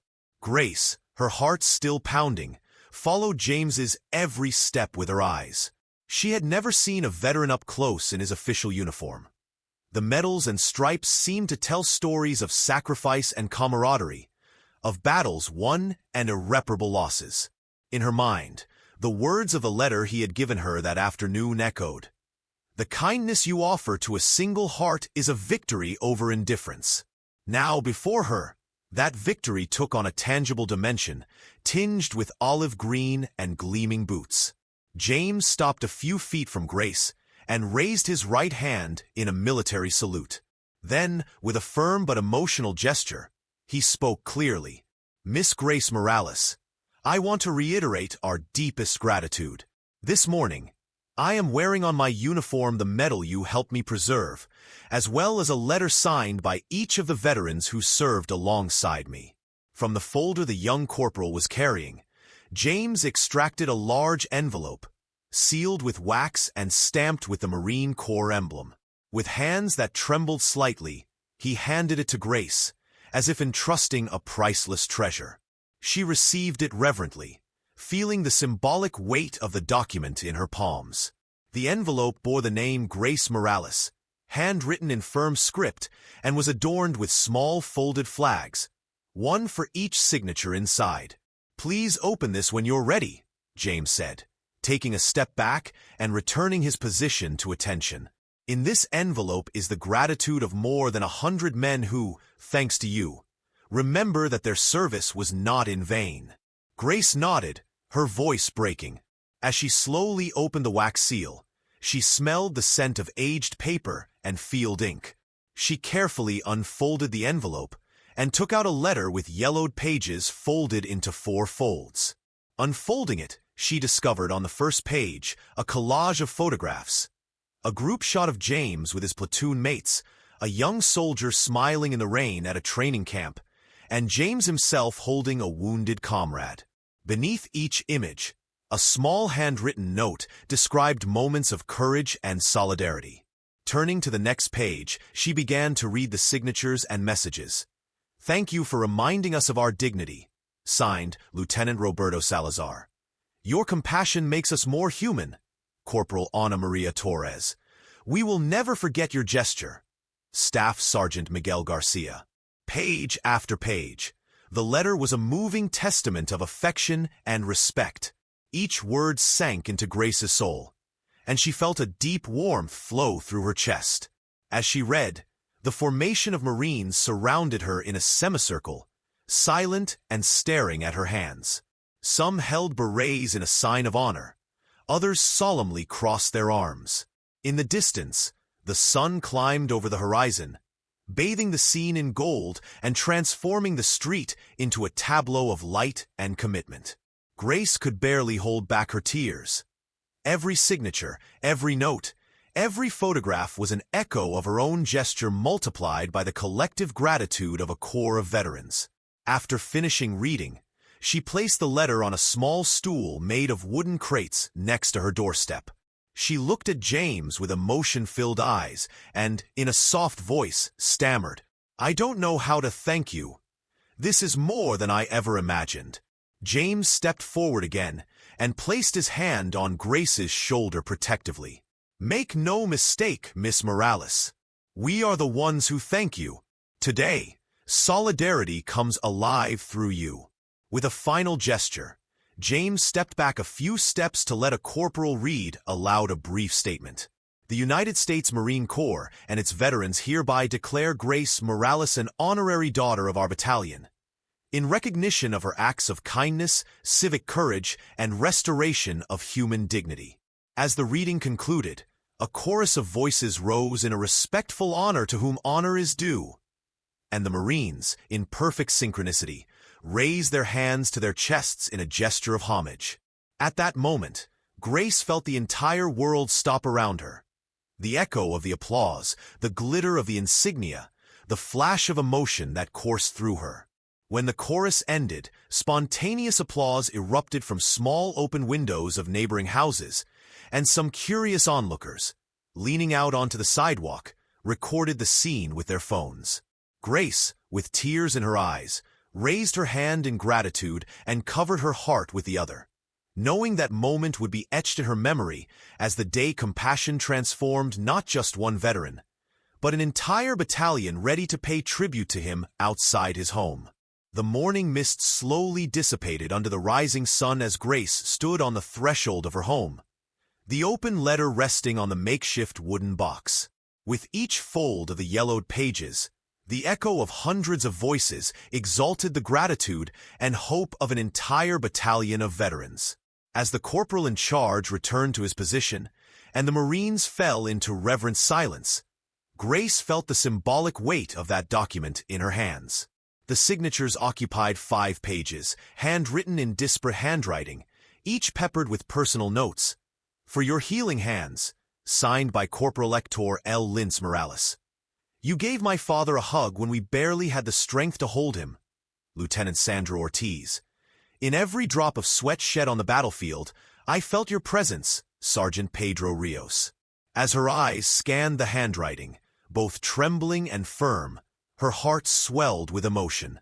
At the bottom of the 3rd page, a hand-drawn box showed a horizon dotted with silhouettes of soldiers, with a caption that read, "With every heartbeat of a veteran, your kindness beats strongly. Thank you for reminding us that, even in the darkness, compassion is our beacon." The document ended with a block of signatures organized in columns. More than 100 names and surnames, each accompanied by a badge or uniform number, and even a military rank. Some signatures were underlined, as if the author wanted to emphasize them. Corporal Ana Maria Torres. Tet. Roberto Salazar. Second Sergeant Miguel Garcia. Sergeant Carter, James H. Grace gently ran her fingers over the words, as if caressing a reliquary of shared life. The murmur of the Marines, still in a resting position, sounded distant compared to the avalanche of emotions flooding her chest. She felt tears threatening to flow again, but she held back, forcing herself to take a deep breath to assimilate the magnitude of that tribute. Then, without quite meaning to, he looked up at the corporal who had handed him the folder and asked in a broken voice, "Do they all know about me?" The corporal nodded solemnly. "Yes, Miss Morales." After Sergeant Carter shared his story, each of us wanted to leave our mark here. Some wrote short messages, others told full anecdotes. This is the heart of a battalion. In that moment, Grace felt the warmth of a collective embrace. That letter not only collected signatures, but stories of sacrifice, camaraderie, and survival. She remembered the mother she cared for in the hospital, the children who clung to her hands waiting for a word of comfort. She realized that, in the same way, she had touched the hearts of those men. A heart that, despite the scars of war, continued to beat with renewed strength thanks to a gesture of tenderness. With the pages trembling in her hands, Grace closed her eyes for a moment and let a complete silence fill her with gratitude. When she opened them again, she saw Sergeant Carter advancing with a firm step, his hand resting on his cane, and the Marines following him returning to their positions of honor. In front of her, the now folded letter seemed more like a living testimony than a simple piece of paper. "I never imagined," Grace murmured, searching for a way to express the immeasurable. "This is beyond me." James Carter fixed his affable gaze on hers and, as if speaking for everyone, said, "You showed us that a small act can unleash the power of 100 wills. This letter is only a symbol. The true tribute is the example you set for us." Then the corporal ordered again, "At attention!" The Marines stood in homage, and at that moment, the street filled with a reverent murmur. Some curious people came out to their doors, some neighbors applauded from their windows. The sun, now higher, bathed the scene in a golden glow that seemed to bless that moment of brotherhood. Grace, with the letter now folded in her hands, took a deep breath and, holding back tears, exclaimed in a clear voice, "Thank you all." The spontaneous applause that followed resonated through the street like an echo of hope, a song of recognition that would leave its mark on St. Lucia forever. Grace knew, deep in her heart, that that day had been the most moving moment of her life, a natural tribute to the power of kindness.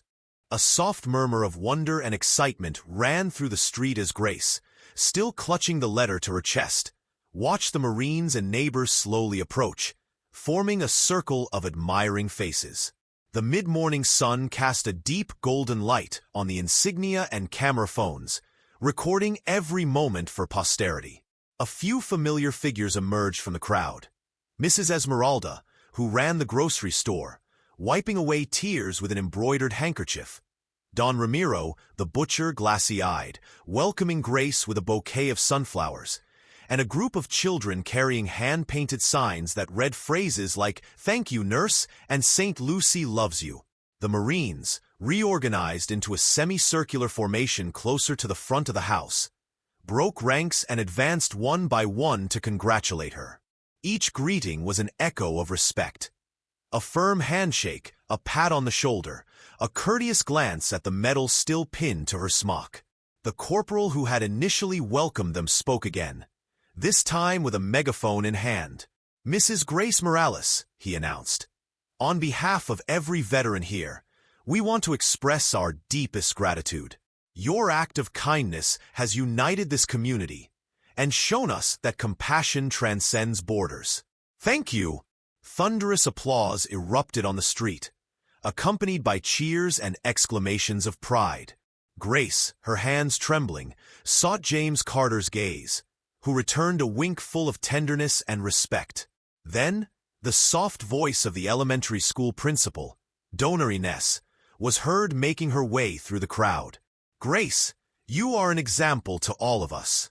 Your students and their parents are very proud of you," she said, placing a bouquet of red roses on the box, holding the letter. Little by little, the neighbors invited her to greet them. Mrs. Esmeralda offered her a bag of homemade cookies. Don Ramiro offered her a ham to share with Mateo, and the third-floor neighbor, Mrs. Lupe, gave her a hand-knit scarf with military motifs, a replica of the colors of the Marines' uniform. Meanwhile, a local journalist, with a camera hanging from his neck, approached her with a microphone. "Mrs. Morales, how do you feel about receiving this unexpected tribute?" Grace, surprised by the avalanche of attention, placed a hand on her chest and, in a broken but calm voice, replied, "I'm so touched. I never imagined a simple coffee and a gesture of help could have such a profound impact. I just did what anyone would do for another human being." The audience's reaction was immediate. "You're great, Grace. St. Lucia applauds you. Bravo for your compassion," exclaimed those present, while the cameras captured close-ups of her tear-lit face. In the background, a group of Marines discreetly set up a small portable platform, on which they installed a microphone and a lectern. With a gesture from Sergeant Carter, the corporal stepped onto the platform and read a brief manifesto. "Today we declare Grace Morales a distinguished citizen of St. Lucia. May this recognition serve not only as a sign of gratitude, but also as a reminder that a single act of empathy can inspire an entire community." At the end, a second round of applause was heard, deep, prolonged, that resonated through the adobe walls and the hearts of those in attendance. Grace wiped her tears with the sleeve of her gown and, in a spontaneous gesture, removed her medal and offered it to the Marines. "I would like you to have this too, so that you always remember that your gratitude honors me as much as it honors you," he said humbly. The Marines, moved, surrounded her and held the medal high, like a banner of solidarity. A choir of voices sang a simple hymn, adapting the lyrics to Grace's name, while neighbors joined in, singing in unison. The moment extended like a collective embrace, sealing an alliance of gratitude between the nurse and the battalion. That morning would remain etched in the memory of St. Lucia as the day when the will of a single person lit the flame of hope in the hearts of an entire people. The church clock struck 10 in the morning when someone raised a phone to broadcast live from their balcony. Just a few minutes later, Grace Morales's face, guarded by a battalion of Marines and surrounded by cheers, appeared on the screens of hundreds of devices. Cell phones, tablets, and televisions turned on in the homes of Santa Lucia. In the blink of an eye, the scene spread beyond the town limits. The original recording circulated on social media with subtitles in several languages: Spanish, English, French, and even Japanese. Local nurse honored by ex-military personnel for gesture of compassion read the headline accompanying the video. Tens of thousands of likes and shares turned Grace into a viral hero. National news networks picked up the story. At noon, on the main newscast on public television, a reporter appeared outside Grace's home, microphone in hand, the sea of Marines illuminating the background. His voice echoed in millions of homes. What began as a simple act of generosity, paying for food for a veteran who couldn't afford it, transformed into an unprecedented tribute. More than 100 former military personnel declared the nurse, who, with a cup of coffee and a few coins, restored the dignity of a retired sergeant, their honorary daughter. In radio studios, entire talk shows debated the story. Politicians praised the initiative as an example of civic values, NGO leaders cited it in their speeches, and charities cited it as a role model. Online, sports news sites featured the story alongside their Inspiring Stories section, and some free newspapers distributed on the electric trains featured the headline, "The Nurse from Santa Lucia Who Moved the Country. A hug of gratitude for those who give without expecting anything." Grace's family, who lived in a nearby neighborhood, received calls and messages of congratulations from distant relatives who learned the news through WhatsApp groups. Her mother, overcome with emotion, kept repeating, "My baby," while her astonished siblings posted photos of the tribute on Facebook and Twitter. Praise even came from foreign embassies. A brief message from the Canadian Embassy in Mexico appeared on Twitter. "We applaud the humanity of those who, with simple gestures, inspire an entire nation. Hashtag Thank You Grace Morales." More than 5,000 people retweeted the post, and dozens of journalists linked to it as an example of positive journalism. That same morning, nursing organizations across the country sent congratulatory emails. The National Nursing Association issued a newsletter. "We want to publicly acknowledge the gesture of solidarity of Nurse Grace Morales, whose selfless act toward a veteran has shown that empathy and caring transcend the walls of the hospital. Her example will remind generations that our profession is, above all, service to humanity."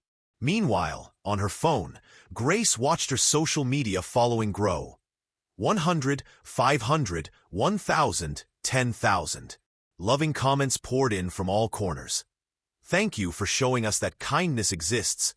We don't need superheroes with capes, we need people like you. You are the light of Santa Lucía." In the afternoon, an email arrived from a Veterans Aid Foundation offering support for community health projects and inviting her to be a spokesperson at fundraising events. Another email, from a nearby university, offered her a scholarship to pursue specializations in geriatric nursing and psychological care. In her modest living room, Grace reviewed each message in amazement. Mateo, sitting next to her, looked at her with wide-eyed pride. "Mommy, you were even on TV." "Yes, my love," she replied, her voice cracking with emotion. "But none of this would have been possible without you and the trust you gave me." He hugged her as she told him how it all began in a café, with a simple cup of coffee and a few coins. In that maternal embrace, he understood that social media not only transmits information, but also spreads hope. That night, in the small community of Santa Lucía, the cafes closed a little late.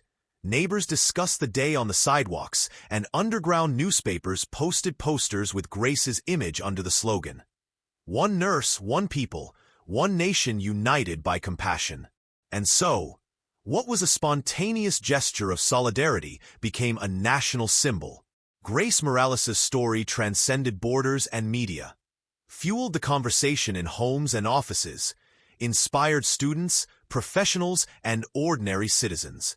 Kindness, that silent and intimate force, demonstrated that in an interconnected world, an act of love for one's neighbor can ignite the spark of change in thousands of hearts.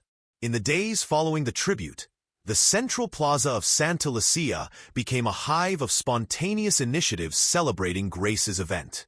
From the kiosk next to the statue of St. Luke, a group of neighbors coordinated by Donna Carmen, the president of the neighborhood committee, organized a collection of white and red flowers to decorate the street where the tribute had taken place. Every morning, as residents passed by, they placed a fresh bouquet next to the improvised mural they had painted with the image of Grace receiving the medal. That mural, with its bright colors and firm contours, depicted the nurse standing tall, her gown billowing in the breeze, surrounded by Marines and grandparents, children and students, all with their fists over their hearts. Beneath the figure, the phrase "Solidarity is reborn in St. Lucia" stood out in bold capital letters. Photos of that work appeared in local newspapers and soon on community portals across the region, accompanied by testimonies from those who said they had regained their faith in goodness thanks to Grace's example. At St. John the Baptist Church, Father Antonio dedicated part of his Sunday homily to extolling the importance of active compassion. He invited parishioners to imitate the nurse's gesture in their own settings. "Let us not allow coins to be the only sound of help. Let our hands be offered as comfort, and our voices as encouragement to our neighbors." After Mass, several members of the congregation approached Grace to shake her hand and present her with holy cards with a special design. A stylized heart entwined with a cross and a military insignia, symbolizing the bridge between healing and service. The city council, for its part, convened a solemn session in the council chamber. Mayor Raul Verdugo delivered a moving speech. "Today we recognize one of our most distinguished daughters. With her act, Grace reminded us that true power lies in empathy. Therefore, this municipal house declares August 15th as St. Lucia Solidarity Day, in honor of her example." Immediately afterwards, several councilors distributed certificates of gratitude, displaying the municipal coat of arms and the signatures of all the councilors. Grace received her certificate amid applause and cheers from her neighbors, many of whom hugged her with tears in their eyes. In schools, teachers used the story to design civic values workshops. Elementary school students created thank you cards to send to local hospitals and nursing homes, and high school students held school forums discussing the impact of compassion on social cohesion. In the afternoons, groups of young volunteers met in the library to plan small actions, cleaning parks, visiting senior citizens in the municipal shelter, and offering basic English classes to immigrants. Posters advertising these activities bore the slogan, "Let us be like Grace."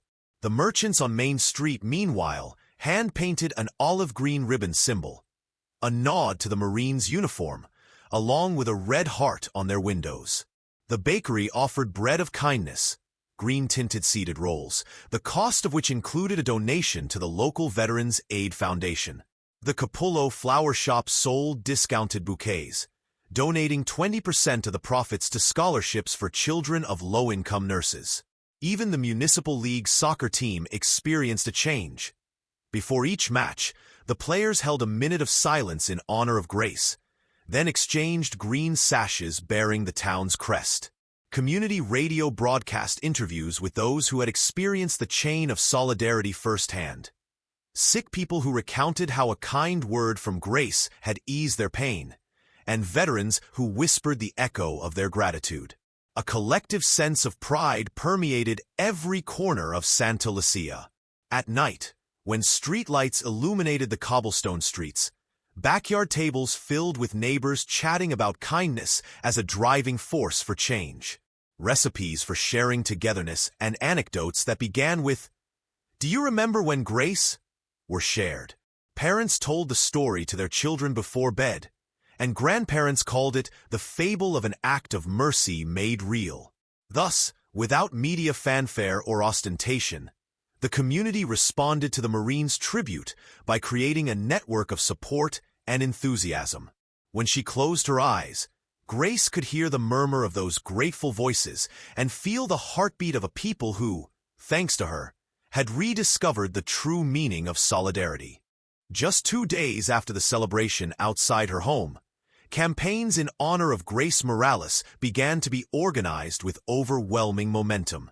Members of the neighborhood committee, led by Dona Carmen and Mr. Ramiro, gathered signatures to present a fundraising campaign proposal called "One Coffee, One Smile" to the City Council. The idea was simple but powerful. Every coffee sold at El Remanso for a month would donate 1 peso to the local Veterans Assistance Program. Posters posted on posts announced the initiative with an image of Grace serving a cappuccino, along with the slogan, "Your coffee can restore dignity to those who gave everything for us." At the same time, the local Red Cross, moved by the story, launched a call to create a support program for elderly patients. Under the name Caring for Our Heroes, nursing, psychology, and social work volunteers signed up to visit, once a week, older adults with histories of military service or high-risk jobs. Grace was invited to coordinate the nursing team, an implicit recognition of her leadership skills and her humane approach to care. The Regional University of Health Sciences, where Grace revalidated her nursing studies years ago, announced the opening of a special scholarship program. The program, funded by an international health assistance NGO, was called the Grace Morales Scholarship for Excellence in Community Nursing. Each semester, 3 nurses in training would receive full coverage of tuition, materials, and paid internships in rural areas. The rector, in a public statement, stated, We chose the name Grace Morales because it symbolizes the soul of our profession, boundless dedication and recognizing others as the center of care. In the political arena, local Representative Laura Pena promoted an initiative to declare November 1st as the Day of Citizen Kindness throughout the state. During the legislative session, she shared the video of the Santa Lucía tribute and letters from veterans, arguing that Grace's gesture was a concrete example of solidarity. The initiative advanced through committees and weeks later was unanimously approved, becoming law, a recognition that would transcend generations. The media continued to fuel the wave of enthusiasm. Morning television programs interviewed Grace from the hospital, where she was treating her first patient on call, wearing the medal next to her uniform. In one of those spots, a reporter asked her, "Do you believe that a single gesture can change the world?" Grace responded, with the serenity that characterized her, "I believe that a single gesture can change someone's day, and that, in turn, spreads the spirit of others. That's how great transformations are born." Meanwhile, the Bridges of Hope Foundation, dedicated to educational and health projects, sent her a box of unexpected gifts: a laptop to better manage volunteer coordination, a first aid kit with specialized equipment, and a voucher for an online course on social project management. Along with the items, a handwritten envelope read, "So that you continue adding gestures and building bridges between those who give and those who receive. With admiration, your friendly foundation." For the first time, Grace found herself surrounded by so many formal and material tokens of gratitude. In her home, corners were filled with framed diplomas, plaques of recognition, perfumed letters, and parliamentary shields. Among them, the most precious remained the yellowed letter from the veterans, although it now rested next to the City Hall plaque and the diploma from the regional university. That weekend, El Remanso celebrated the launch of the One Coffee, One Smile campaign with a small ceremony where Grace was the keynote speaker. Carefully dressed, she stepped onto the improvised stage next to the bar and, microphone in hand, said, "I didn't know how much we needed to believe in goodness until you made it possible. Every coffee we buy, every initiative we organize, will be one step closer to a world where the dignity of every person is inviolable." The ensuing applause resounded like a peaceful war drum, lifting the spirits of everyone present. When the crowd dispersed, Grace retreated to the kitchen with a cup of gratitude. In the steaming coffee, she saw the reflection of her own determination. She knew that these campaigns and recognitions were not just personal recognition, but the starting point of an empathy movement that would take on a life of its own. By dawn on the 5th day since the grand tribute, Grace's modest living room had been transformed into a sanctuary of gratitude and hope. Official documents, glued envelopes, and neatly lined boxes lay on the old wooden table, all arriving in recent days as tokens of support. That morning, as she walked in wearing her gown, her medal still pinned to her chest, Grace felt a new surge of excitement as she discovered several unexpected surprises. To begin, a bulky package with letterhead from the Regional University of Health Sciences awaited her on the back of the sofa. Upon opening it, she found a letter printed on semi-yellowed paper formally announcing the awarding of the Grace Morales Scholarship for Excellence in Community Nursing for the upcoming academic year. It included full tuition, monthly living allowances, and the assignment of a personal tutor for her professional development. Next to the letter, an elegant framed diploma presided over the box, with her name highlighted in gold letters. "Wow, this is more than I imagined," she whispered, stroking the gold rim of the diploma with her finger. On one side was an envelope with the letterhead of the Bridges of Hope Foundation. Inside, a cash check covered the costs of medical equipment and furniture needed to launch the Caring for Our Heroes program at the municipal shelter. In addition to the check, the foundation sent a membership form for Gracia as honorary coordinator, along with a plaque with the NGO's emblem and an engraved message. "To Grace Morales, for being a bridge of compassion and inspiration of service." She could barely hold back a tear of joy. She immediately found another, smaller package, this time bearing the logo of the State College of Nursing. It was a letter of recognition for her outstanding contribution to the profession, accompanied by a commemorative bronze medal bearing a stylized red cross and the figure of two clasped hands. The back was engraved with the inscription, "Recognition of the spirit of service and commitment to human dignity." On the desk, next to her patient notes, she saw a more discreet yellow envelope. When she opened it, she discovered a child's greeting card. It was from an elementary school boy who called her the super nurse of my neighborhood, and gave her a drawing of a balustrade at the El Romanzo cafeteria filled with smiling cups. Beside it, a handwritten sheet explained that it was part of a school essay contest about people who inspire us, and that the jury had unanimously chosen her as the winner. The doorbell rang as she was sorting through the envelopes. When she opened it, she found Dona Lupe, her neighbor from the third floor, holding a long package wrapped in olive green wrapping paper and red ribbon. "This came for you," she said with a smile. "They say it's from a group of local artisans." Inside was a new nursing gown, handcrafted from olive green printed cotton fabric with red piping, embroidered with zinnia flowers and the word compassion on the right shoulder. Every stitch was meticulous, and the interior had a soft lining that promised comfort during long shifts. "She's beautiful," Grace managed to express. "I don't know how to thank you, Dona Lupe. Anything for you, child. The people care for you like a sister." Sitting on the sofa, Grace took a moment to contemplate all the expressions of affection and support. There were envelopes from institutions, material gifts, formal recognitions, and handcrafted creations. All of them converged in the certainty that her initial gesture had unleashed a wave of solidarity that the community wanted to return in spades. That tidal wave of good intentions also filled her with a new responsibility: to honor each contribution and turn it into a driving force for continued help. Calmly, she began organizing the deadlines in her notebook. The college scholarship starting in September, the date of the meeting with the foundation to design the Veterans Program, the College of Nursing's tribute ceremony in the state capitol, and a collaborative sewing workshop with the artisans who had made her gown. Each grid box was filled in with dates and names, reminding her that this wasn't a passing dream, but the seed of sustainable initiatives. "If you're going to shine, you shine on others," she recalled the phrase from the newspaper clipping she kept in her purse. "Now all this light, I can't waste it."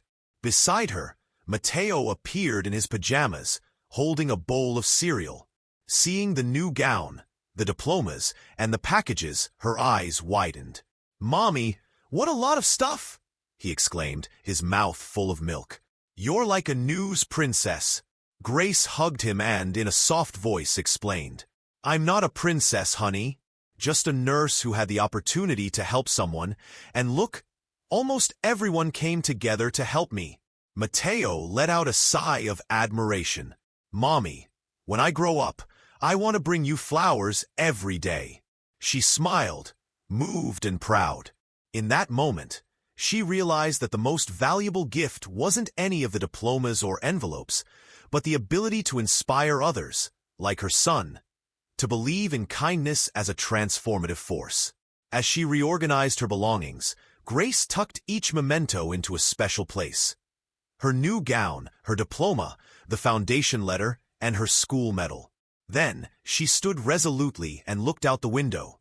The sun was beginning to warm the street, neighbors waved as they passed, and the mural on the wall shone with vivid colors. "Today I will begin to reciprocate so much love," he murmured to himself. "Every scholarship, every grant, every gift. I will turn them into actions that will make compassion blossom in many more." With that luminous conviction, the nurse prepared for a new day on duty, aware that now her work would not only heal bodies, but also revive hearts. The hospital hallway echoed with hurried footsteps as Grace Morales crossed the front door, this time in a new light. Not just the nurse who cared for lives, but the distinguished citizen whose story inspired an entire country. Shedding the gown tattered from days on call, she carefully placed the newly arrived handmade gown, the one embroidered with flowers and the word compassion, in her locker. On top, she placed the bronze medal from the State College of Nursing, like a guardian of the promise she now carried. The bustle of the morning greeted her with a chorus of greetings. "Miss Morales, congratulations. Thank you for inspiring us." Her colleagues in the emergency room, still in shock, stopped changing bandages and treating wounds to hug her. Maria, the most experienced nurse, held her close in her gown and whispered in her ear, "I'm proud of you. It's not every day that a colleague breaks barriers and awakens an entire country." Grace smiled humbly and hugged him back, feeling the warmth of genuine admiration. Her uniform now bore the insignia of her hospital, but for the first time, she felt her work had a broader purpose. Every medication administered, every word of comfort, and every cast applied no longer just saved bodies, but cultivated hope. The attending physician on duty, Dr. Ramirez, intercepted her with a solemn gesture. "Grace, urgent correspondence has arrived for you," he said, handing her a paper envelope sealed with a gold stamp. "You'll find it in my office." Upon arrival, the room smelled of old books and stale coffee. Grace carefully broke the seal and extracted 2 letters. One from the International Association of Solidarity Nurses, offering her a speaker position at their annual conference in Lisbon. The other from the Medicine Sans Frontieras Foundation, inviting her to participate in a humanitarian expedition to Southeast Asia. Both documents emphasize her ability to inspire thousands of colleagues and patients. "Are you okay?" Dr. Ramirez asked. "Yes," Grace replied, her voice thick with emotion. "I never imagined this, but I feel I must reciprocate." Under the doctor's approving gaze, she put the letters away next to her appointment book and resumed her place in the waiting room. She had barely had time to process the invitations when a patient on the next table extended his hand. It was Mr. Mendoza, a retired police veteran who was attending that morning. In a raspy voice, he said, "Thank you, Nurse Morales. I know I wasn't the one who inspired the Marines, but you care for all of us with that same kindness." Grace smiled and gently squeezed the man's hand. "Every person I help is a reason to keep going." By mid-morning, the hallway lit up with a different buzz. Medical residents were running around with their phones in hand, sharing links to articles mentioning the tribute. In the break room, a group of young nurses were watching a TV segment on their tablets where Grace explained the One Coffee, One Smile initiative. They turned toward her and, upon seeing her enter, applauded enthusiastically. "You're amazing," one shouted. "You motivate us all," another added, her heart pounding with gratitude. Grace approached and raised her hand in a sign of peace. "I'm just doing my duty, but it's nice to feel accompanied." As she left her shift, the hospital's fluorescent lights went out behind her, replaced by the golden glow of the sunset as it filtered through the windows. She felt a tingle of excitement. Her work, until then solitary and exhausting, had become a meeting place for hearts willing to give. That afternoon, as she packed away her instruments and organized her bag, she thought about the sealed letter still waiting for her at home. The one James Carter had promised to deliver in person. With a firm step, she set off on her way back. The white uniform contrasted with the gray floor of the hallways, but with each step, she felt the energy of an entire community disguised as admiration and affection. As she crossed the threshold of the hospital, she knew that nursing would never be the same for her. She would return with greater purpose, with the determination to honor every gesture she had received, and with the certainty that, in her vocation, every small act of service had the power to multiply hope in thousands of hearts. The afternoon wind caressed the leaves of the jacaranda trees as Grace walked down the hospital hallway, organizing medications and adjusting her mask, when a soft knock sounded on the break room door. Looking up, she saw the familiar face of James Carter, his cane in his right hand and a determined expression in his eyes. His military uniform had been replaced with civilian clothes, a navy blue sweater and beige pants, but the medal still hung from his left pocket, shining as brightly as it had that unforgettable morning. "Mr. Carter," Grace began, her emotions suppressed. "He's here again." James gave a sincere smile and nodded. "I wanted to make sure you were okay and see how things are going with one coffee, one smile." She stood up and gently closed the door to the operating room. There, among the monitors and stretchers, the bustle of the emergency room faded into the background, leaving room for an intimate conversation. "Everything is going better than I imagined," Grace responded. "The hospital is experiencing a new energy. My colleagues have joined the campaign. Patients are asking about the support program. It's been incredible." James leaned on his cane, crossed his arms, and looked at her proudly. "That's thanks to you. Only you could light that spark. I also came to bring you this." With a gesture, James took out a small package wrapped in craft paper and placed it on the table. Grace inspected it curiously and looked up. He continued, "It's a book I wrote years ago about my time in the military and some of the life lessons I learned. I had it printed for you. I thought maybe it might be useful, not only for reading, but also for inspiration." Grace carefully unfolded the paper and saw the cover. "Echoes of Honor, Lessons from a Sergeant." Beneath the title was a handwritten dedication to Grace Morales, whose act of kindness resonated louder than the cannon. "With gratitude and respect, James," her voice breaking, she stroked the spine of the book and looked up to meet his eyes. "I don't know how to thank you. This means so much." James tilted his head modestly.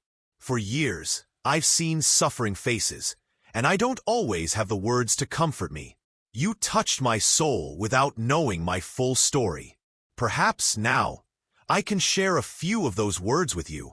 Grace took a seat next to him and leisurely opened the first few pages. She began to read quietly, a passage recounting the camaraderie forged in extreme circumstances, and how a small gesture from a civilian had saved not one, but several lives. That of a soldier who, feeling demoralized, refused to drink water until a private nurse offered him water and didn't reprimand him for his wounded pride. James looked up when he saw the sheen of tears in her eyes. "That nurse changed my perspective. It was a lesson in humanity more powerful than any military training."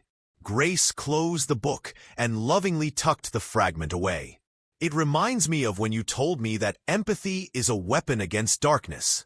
The veteran nodded and, after a brief silence, added, "And that darkness returns every day, in hospitals, in homes, on battlefields.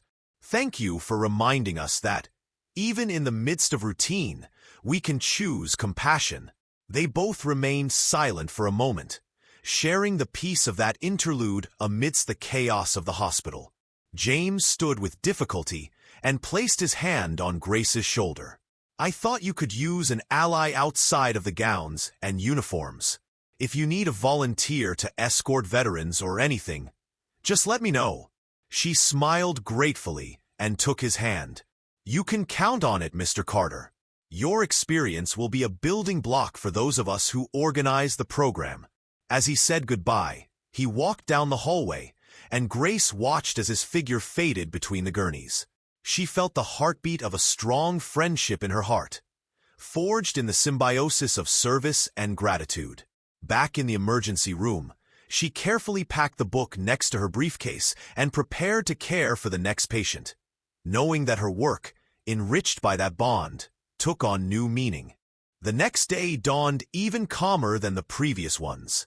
The sun filtered through the low clouds, painting the tops of the trees that lined the road to the hospital a golden hue. Grace walked with a serene gait, feeling in every beat of her chest the echo of recent experiences. That coffee shared with an old man displaced by pride and pain. The platoon of Marines standing tall in front of her house. The applause of an entire town that, for the first time, saw in her the embodiment of empathy. As she reviewed her patients' records, her restless mind constantly wove together projects that went beyond the on-call shift and the emergency room. In every story she heard, the grandmother asking for a hug, the unemployed young man overcoming the fear of losing everything, the immigrant sick with homesickness, she saw the possibility of extending a bond of support. That impulse that moved the veterans to travel miles to honor her became, within her, an invitation to multiply the chains of solidarity. During her morning break, she looked out onto El Romanzo. From the window, she could see the posters reading "One Coffee, One Smile," and felt the warmth of knowing she was part of a vibrant movement. She bought a cappuccino with the symbolic money from the voucher she still had and sat, staring into the steam rising from the cup. She imagined the scope of the campaign, not only raising funds for veterans, but also offering nutrition workshops for single mothers, access to psychological counseling for stressed workers, and first aid talks for young people. That same afternoon, after finishing her shift, she stood in an empty hospital room with a notebook where she jotted down ideas and contacts. With the lamp on, she drew a map of points: the elementary school, the municipal nursing home, the community sports center, the public library. To each location, she assigned a specific action. At the school, a reading aloud program for hospitalized patients. At the nursing home, weekly visits from students who would help residents with technology and correspondence with distant relatives. At the sports center, a first aid course taught by volunteer nurses. At the library, a film series with documentaries about stories of service and overcoming challenges. Every line he drew stirred a tingle of enthusiasm in her. She remembered James Carter's words when he spoke to her about camaraderie, and how a small gesture had saved more than one life at the front. If a weary soldier found comfort in a nurse who cared for him without reproach, how many broken lives could be reborn when they found themselves surrounded by a community willing to support them? That night, when he returned home, he picked up Sergeant Carter's medal from his nightstand and held it with trembling fingers. He wondered how many invisible medals he could give to those who lived in solitude or in the shadow of oblivion. He jotted down in his notebook the idea of creating a network of angels of compassion, people trained to provide emotional support and help with basic tasks to those in need. The next day, preceded by a buzz of anticipation, James returned. He didn't arrive in uniform, but in his civilian jacket, but with the gleam of gratitude intact in his eyes. They sat in the hospital cafeteria, surrounded by the monotonous beeping of monitors and the subdued murmur of patients. Grace explained her plans: the reading program, the nursing home visits, the first aid course, and the support network. James, listening to each word, nodded excitedly. "You're raising the flame of goodness. If you'd like, I can help recruit veterans who want to volunteer. Many find a new purpose in serving after leaving the force." The proposal resonated in Grace's heart. The image of veterans teaching young people how to use a defibrillator, of elderly people sharing their life stories in the library, of mothers learning to care for themselves and their children in nutrition workshops. That picture of hope filled her with renewed strength. As they said goodbye, the cool night air enveloped her in a gentle embrace. She tucked the medal into her notebook and, with a gleam of determination in her eyes, knew her dreams had taken shape. No longer just good intentions, but tangible, collective initiatives. And so, in the dimness of her room, before going to sleep, Grace wrote one last entry in her notebook. "Today I begin to dream big. A people united by compassion, veterans healing souls alongside nurses, children learning that caring for each other is the best inheritance. Everything is born from a shared cup of coffee. Tomorrow we will take the first step." With that purpose burning in her chest, she closed the notebook, hugged the medal, and, wrapped in the certainty of a future of solidarity, let the dream guide her toward new pages of kindness. That afternoon, as the sunlight began to fade, Grace returned home with her heart full of projects and her mind filled with faces she wanted to serve. The elderly person missing human warmth, the single mother asking for a place to listen, the young veteran searching for a purpose. Upon crossing the threshold, she found on the dining room table an ivory envelope sealed with a wax seal she didn't remember seeing before. The elegant handwriting, tilted to the right, announced an institutional sender. Upon reading, Office of the President of the Republic, her fingers twitched with a mixture of astonishment and a certain disbelief. Upon breaking the seal, he discovered a handwritten letter on thick paper. The presidential letterhead was at the top, accompanied by a gold shield. Upon unfolding the pages, he recognized the president's own signature, followed by a message that transcended any formality.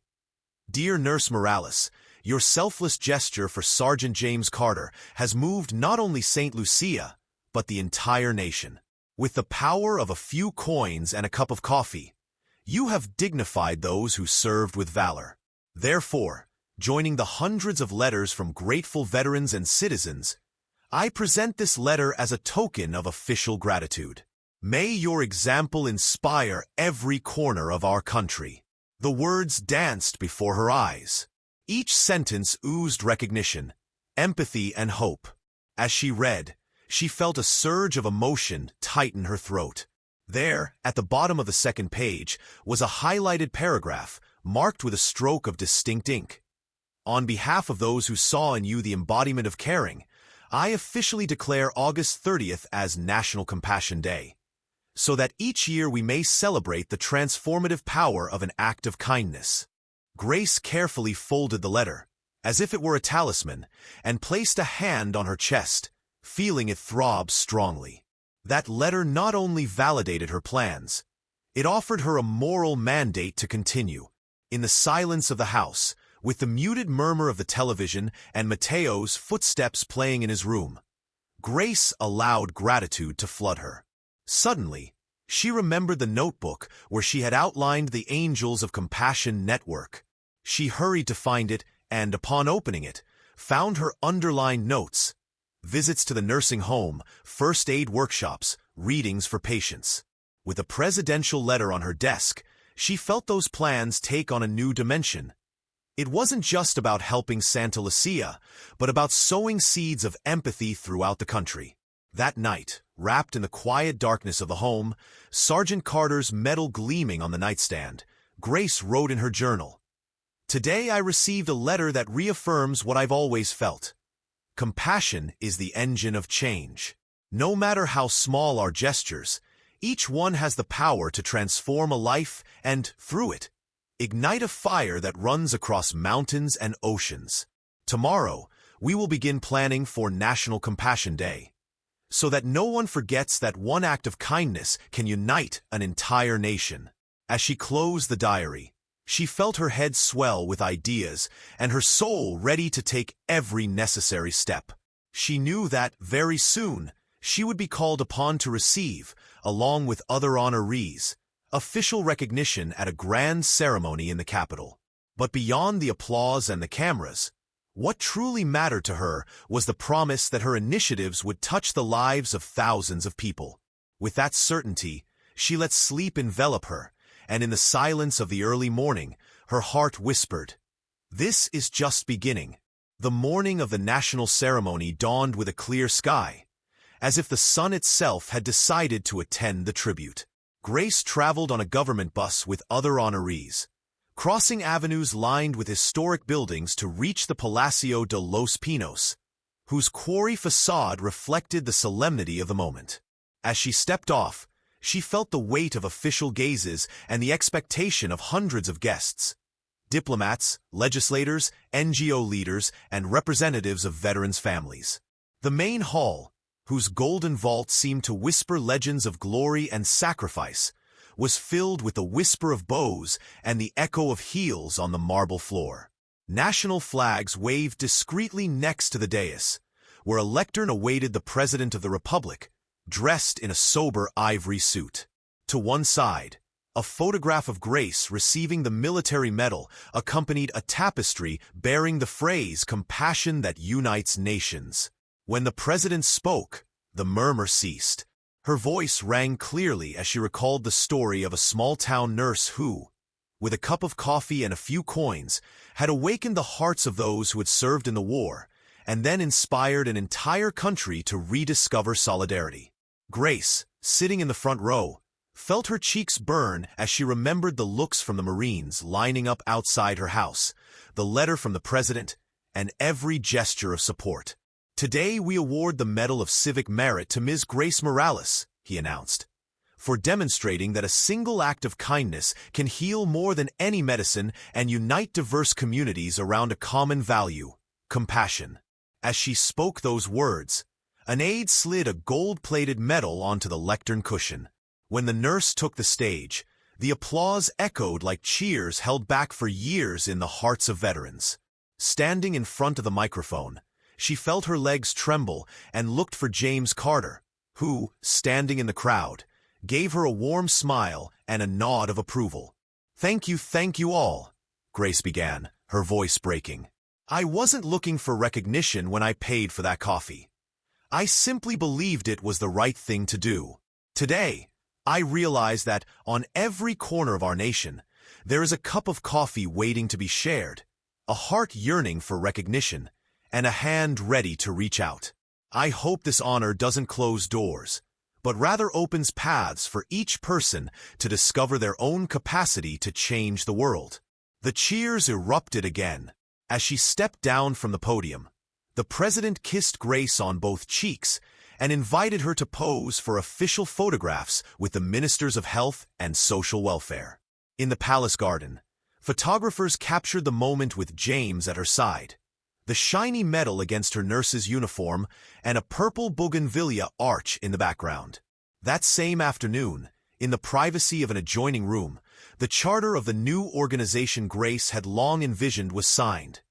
Heroes of the Forgotten, designed to provide comprehensive support to abandoned veterans and their families.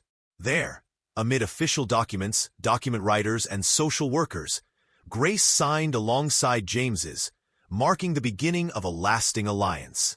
As they sealed the agreement with a handshake, she felt that this founding gesture was the culmination of a dream sparked by a simple shared cup of coffee. As evening fell, back in her village, Grace gazed at the mural on the main street in the pink light of twilight. In her pocket, she kept the presidential medal and the first Heroes of the Forgotten certificate. Her heart beat with the certainty that kindness had not only restored the dignity of one veteran, but had also woven a network of support capable of sheltering many more. The sun was just beginning to set behind the Santa Lucía hills when Grace called her first collaborators to the old community hall, the same one where they had joined together weeks before to organize the flower drive. The plastic chairs creaked as they were arranged in a semicircle, and on the table in the back, the local flag and the temporary banner of Heroes of the Forgotten gleamed. A cobalt blue background with the silhouette of a veteran raising his hand, accompanied by the phrase, "Never again alone." Upon entering, Grace was greeted by the expectant murmur of those who had responded to the call. Volunteer nurses, veterans willing to contribute their expertise, social work students, and even some of Mateo's siblings who wanted to help with transportation and logistics. When everyone was seated, she stood, placed her hands on the makeshift lectern, and took a deep breath, letting the silence fill the room. "Some time ago, a veteran taught me that dignity isn't measured in uniforms or decorations, but in the ability to reach out when someone needs it," he began. "Today, with emotion and humility, I officially introduce you to Heroes of the Forgotten, our organization dedicated to providing comprehensive support to those who have served their country and yet face abandonment." His voice vibrated firmly. He told the story of James Carter, of that encounter in the cafeteria, of the tribute from the Marines lined up in the street, and of how that initial gesture transformed into an unstoppable wave of solidarity. He recalled the presidential letter and the Civic Achievement Medal, not as personal awards, but as calls to action. Each decoration was a spark that ignited the commitment to care for those who had given so much. One by one, the collaborators presented proposals, job reintegration workshops led by veterans who had successfully returned to civilian life, a psychological support service to treat post-war trauma, a mobile reactive medical care program to reach rural areas where many veterans lived isolated. Grace listened attentively, jotting down each idea in the same notebook where her first projects had been born. At the end of the round of speeches, she breathed a sigh of gratitude and pointed to the calendar on the wall. The first official event, a health and socializing day in the municipal park, would take place in 2 weeks. There, veterans would give talks about their experiences, nurses would provide blood pressure and glucose monitoring, students would organize games for children, and artisans would sell bracelets with the proceeds going towards scholarships for children of veterans. As he spoke, he noted the expressions of hope and commitment. That diverse group, united by a common purpose, embodied the power of compassion in action. Finally, he closed his eyes for a moment and concluded, "We are not just another organization. We are the voice of those who have silenced their pain, the hand that supports those who fear being forgotten. Together, we will dignify their stories and build bridges of recognition and support." The room erupted in sustained applause. At the end, James Carter stood to offer a prayer of gratitude. He remembered the fallen, honored those present, and blessed the union of nurses and veterans. As the impromptu master of ceremonies opened a guest book, Grace watched as each guest approached with a pen, sealing their commitment to the cause. Walking toward the exit, she felt the evening breeze ruffle her hair. Outside, the plaza was lit by lanterns and the laughter of children sampling the bread of kindness, offered by the local bakery. A group of veterans practiced physical rehabilitation exercises, guided by volunteer physical therapists, while nurses took notes for future clinics. As she said goodbye to some colleagues, Grace shook the hand of a former Marine who, with a cracking voice, thanked her on behalf of his platoon. Her gaze was serene. She recalled that it all began with a discreet gesture at a cafeteria table and with the decision not to ignore the suffering of others. That night, back in his makeshift studio, he wrote a note concluding the founding act. "Our duty is to remember that every veteran has a story, every story deserves to be heard, and every person deserves to be cared for. Heroes of the Forgotten" was created so that no one else will live in the shadows of silence. With the distant murmur of the plaza as a backdrop, Grace turned off the lamp and put away her notebook.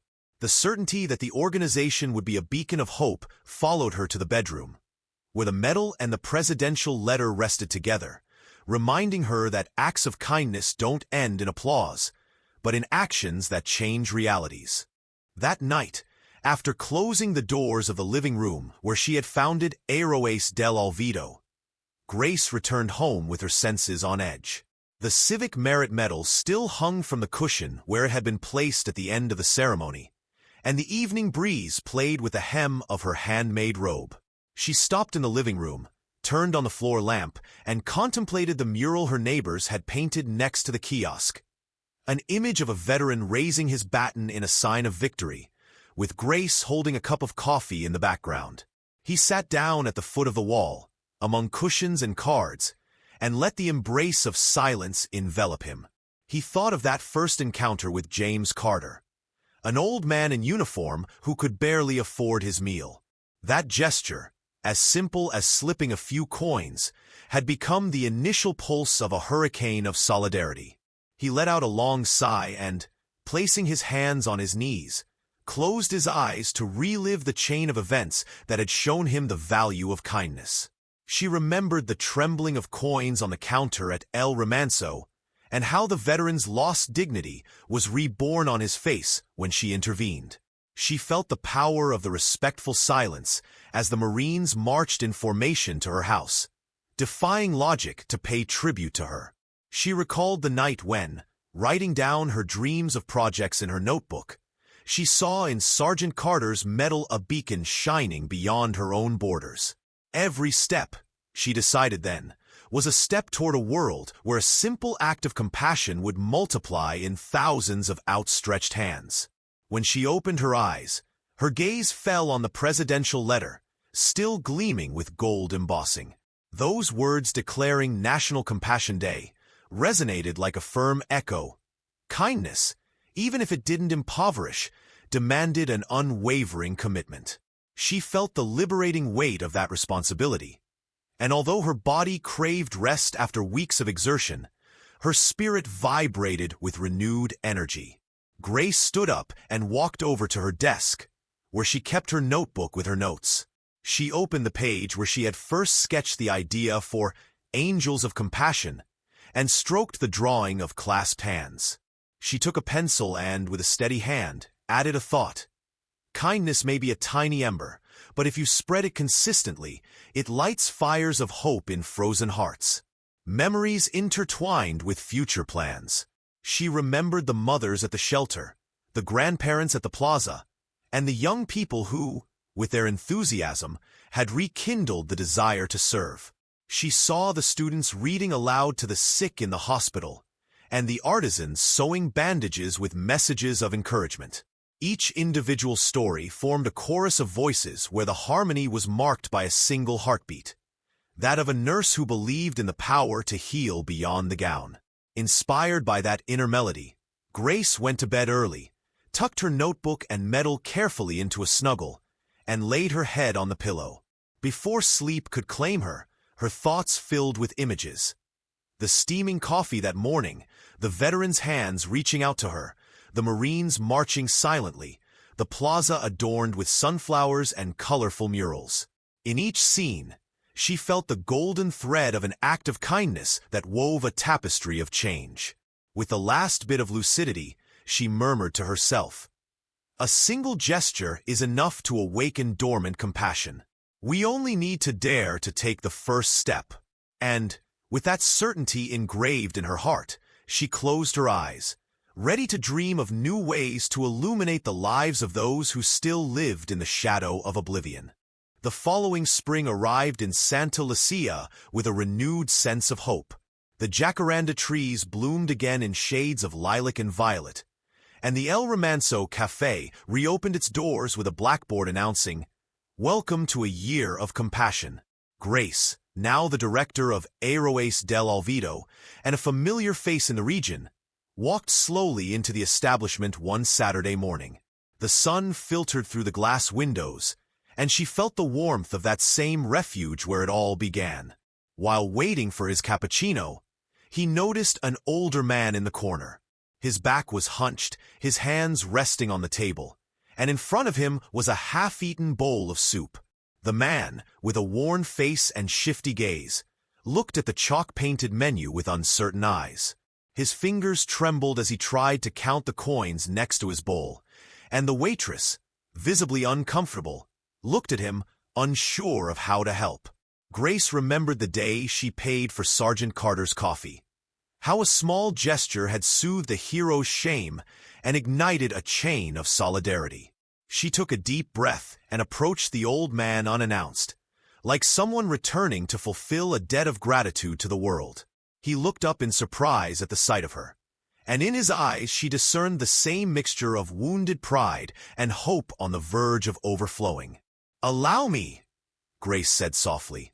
"I'll take care of this." The man raised his eyebrows and opened his mouth to protest, but she was already depositing coins on the table. With a firm, delicate gesture, she completed the remaining portion of the soup and a freshly baked roll. The waitress, relieved, pushed the bowl away and nodded gratefully. The old man cleared his throat. "I can't accept it," she whispered. "I don't know his name." Grace smiled as she did then, with the same warmth that had disarmed that military pride. "My name is Grace Morales. I'm a nurse, and I know all too well what it feels like to have nothing but a few coins. Enjoy your meal." The man nodded, tears welling in his eyes. She returned to her table, sipped her cappuccino, and watched in silence. After a while, the old man approached hesitantly and sat down opposite her. In his hands, he held a newspaper clipping about the anniversary of Grace's memorial. "You changed my day," he said, his voice trembling. "I came because I didn't know how far my money would go, and I was afraid of going home empty-handed." But when I saw your robe and remembered your story, I decided to come." Grace tilted the cup and repeated tenderly, "I'm glad you did." Sometimes a little courage is all it takes to break the silence that binds us to shame. They talked for a long time. He told her he had served in the Air Force and that, after retirement, his financial and health problems had forced him to sublet his own home. He spoke of his grandchildren, to whom he sent postcards from the park bench, and of the sadness of not being able to afford even a piece of warm bread. She listened attentively, offering words of encouragement, and as they said goodbye, he shook her hand with renewed strength. "Your name travels farther than you imagine, Grace," he said. "Thank you for reminding me what it means to be human." When he returned home that afternoon, he noticed the Civic Merit Medal next to the miniature mural his son Mateo had painted. He felt a deep throb in his chest. 1 year had been enough for the flame of kindness to spread from a coffee in a modest café to the heart of an unknown veteran. That night, before going to sleep, he wrote in his notebook, "Today I repeat the gesture that changed my life. Just one more step toward universal compassion. Every veteran, every silent person, deserves to be found and extended a hand. Because that's how we grow, not as individuals, but as a community." As he closed the lid, he realized that the true strength of Heroes of Oblivion lay not in its programs or ceremonies, but in the constant determination not to ignore the call of those who suffer. With that conviction, he allowed himself to be lulled by the murmur of the dawn, knowing that today, like a year ago, a simple act of kindness had once again healed a wounded heart. The first light of dawn filtered through Grace's bedroom window, painting the edge of the notebook resting next to the presidential medal in golden hues. Outside, the crowing of roosters heralded a new day in Santa Lucía, but in the nurse's heart, everything seemed to remain a quiet murmur. Over the past few weeks, every gesture of solidarity, from that innocent coffee to the founding of Heroes of Oblivion, had woven a tapestry of intertwined stories and emotions in her life. However, she knew that the true proof of that legacy lay not in the ceremonies or the diplomas, but in the seed of compassion that must germinate in every person history had touched. Slowly, he sat on the edge of the bed and ran his fingertips over the pages of the journal where he had recorded so many dreams and plans. He remembered that almost instinctive phrase, "A single act of kindness can change someone's life." And as he closed his eyes, he discerned the echo of multiple voices. The elderly man who regained his dignity, the Marines who marched with devotion, the neighbors who created murals and workshops, the young volunteers who, inspired, offered their time and skills. Each testimony formed a chorus of gratitude, but also of shared responsibility. The certainty that compassion lives on if cultivated with perseverance. She got up to make some tea, and as she boiled the water, she looked in the mirror at her eyes, which reflected hope. That morning, she wouldn't answer any calls or interviews.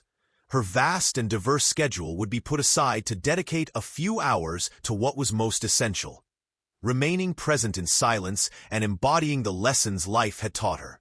If every project and every organization arose from a humble gesture, her example should multiply naturally, without ostentation, like the sound of a breeze that brings relief when it appears. She went down to the kitchen and sat at the table with the steaming mug of tea. In front of her lay Sergeant Carter's medal, the civic decoration, and the seal of the veterans who had signed that letter of gratitude. Beside it, a small portrait of Mateo held his favorite mug. Grace exhaled deeply. She understood that the legacy of compassion lay not in awards, but in the continuation of simple actions, a word of encouragement, a gesture of support, a listening ear, that could transform the intimacy of a home as much as the fabric of an entire community. As she sipped her tea, she thought of the El Romanzo Café, where she'd found the epicenter of that hurricane of solidarity. She saw herself opening the door, leaning her elbow on the counter, and offering her help without hesitation. That scene, so commonplace, had marked a before and after. Now, The café was a living symbol, a place where every customer could be the protagonist of a story of hope. Perhaps, she reflected, she should propose that each month the neighbors dedicate a round of solidarity coffees, not out of obligation, but out of the simple desire to keep the chain of warmth alive. At that moment, a soft knock on the door pulled her from her thoughts.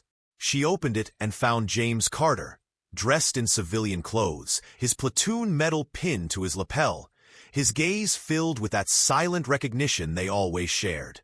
Wordlessly, he handed her an envelope sealed with a raffia knot. Grace, surprised, opened it and discovered a short manuscript, a collection of stories from anonymous veterans, each recounting how, thanks to Grace's example, they had decided to get involved with the organization, rebuild their lives, or open their hearts to new friendships. There were no names, only stories that spoke of second chances and the healing power of an outstretched hand. Looking at the yellowed pages, Grace felt a surge of emotion and smiled with moist eyes. Those anonymous voices confirmed to her that the impact transcended the visible. It pulsed in the lives of those who had suffered and, upon reconnecting with humanity, had found a reason to carry on. James looked at her with contained gratitude and, without further ado, took her hand. In that gesture, all the tributes, ceremonies, and organized works merged, a common pulse of compassion. When he said goodbye, Grace relit the lamp and wrote in her notebook. True teaching lies not in recognition, but in the echo that actions leave in hearts. Every act of kindness is a beacon that guides others to their own act of love. She carefully closed the journal and placed the medal on top, aware that these symbols did not belong to her. They were emblems of a collective spirit. She went down to the living room, where Mateo was playing with a plastic soldier. She called him over and, hugging him, whispered, "We were born to care for others, my love. Never forget that a single gesture can light the way for many people." He nodded, with the innocence of someone who holds simple truths deep in their heart. Back in her room, Grace stood for a long time gazing at the starry night. Thousands of tiny points of light that, like the acts of compassion, seemed scattered but formed an entire universe. When she finally closed her eyes, she realized that her story was just one page in the grand narrative of humanity, where each reader can become the protagonist of an act that changes the world, one gesture at a time.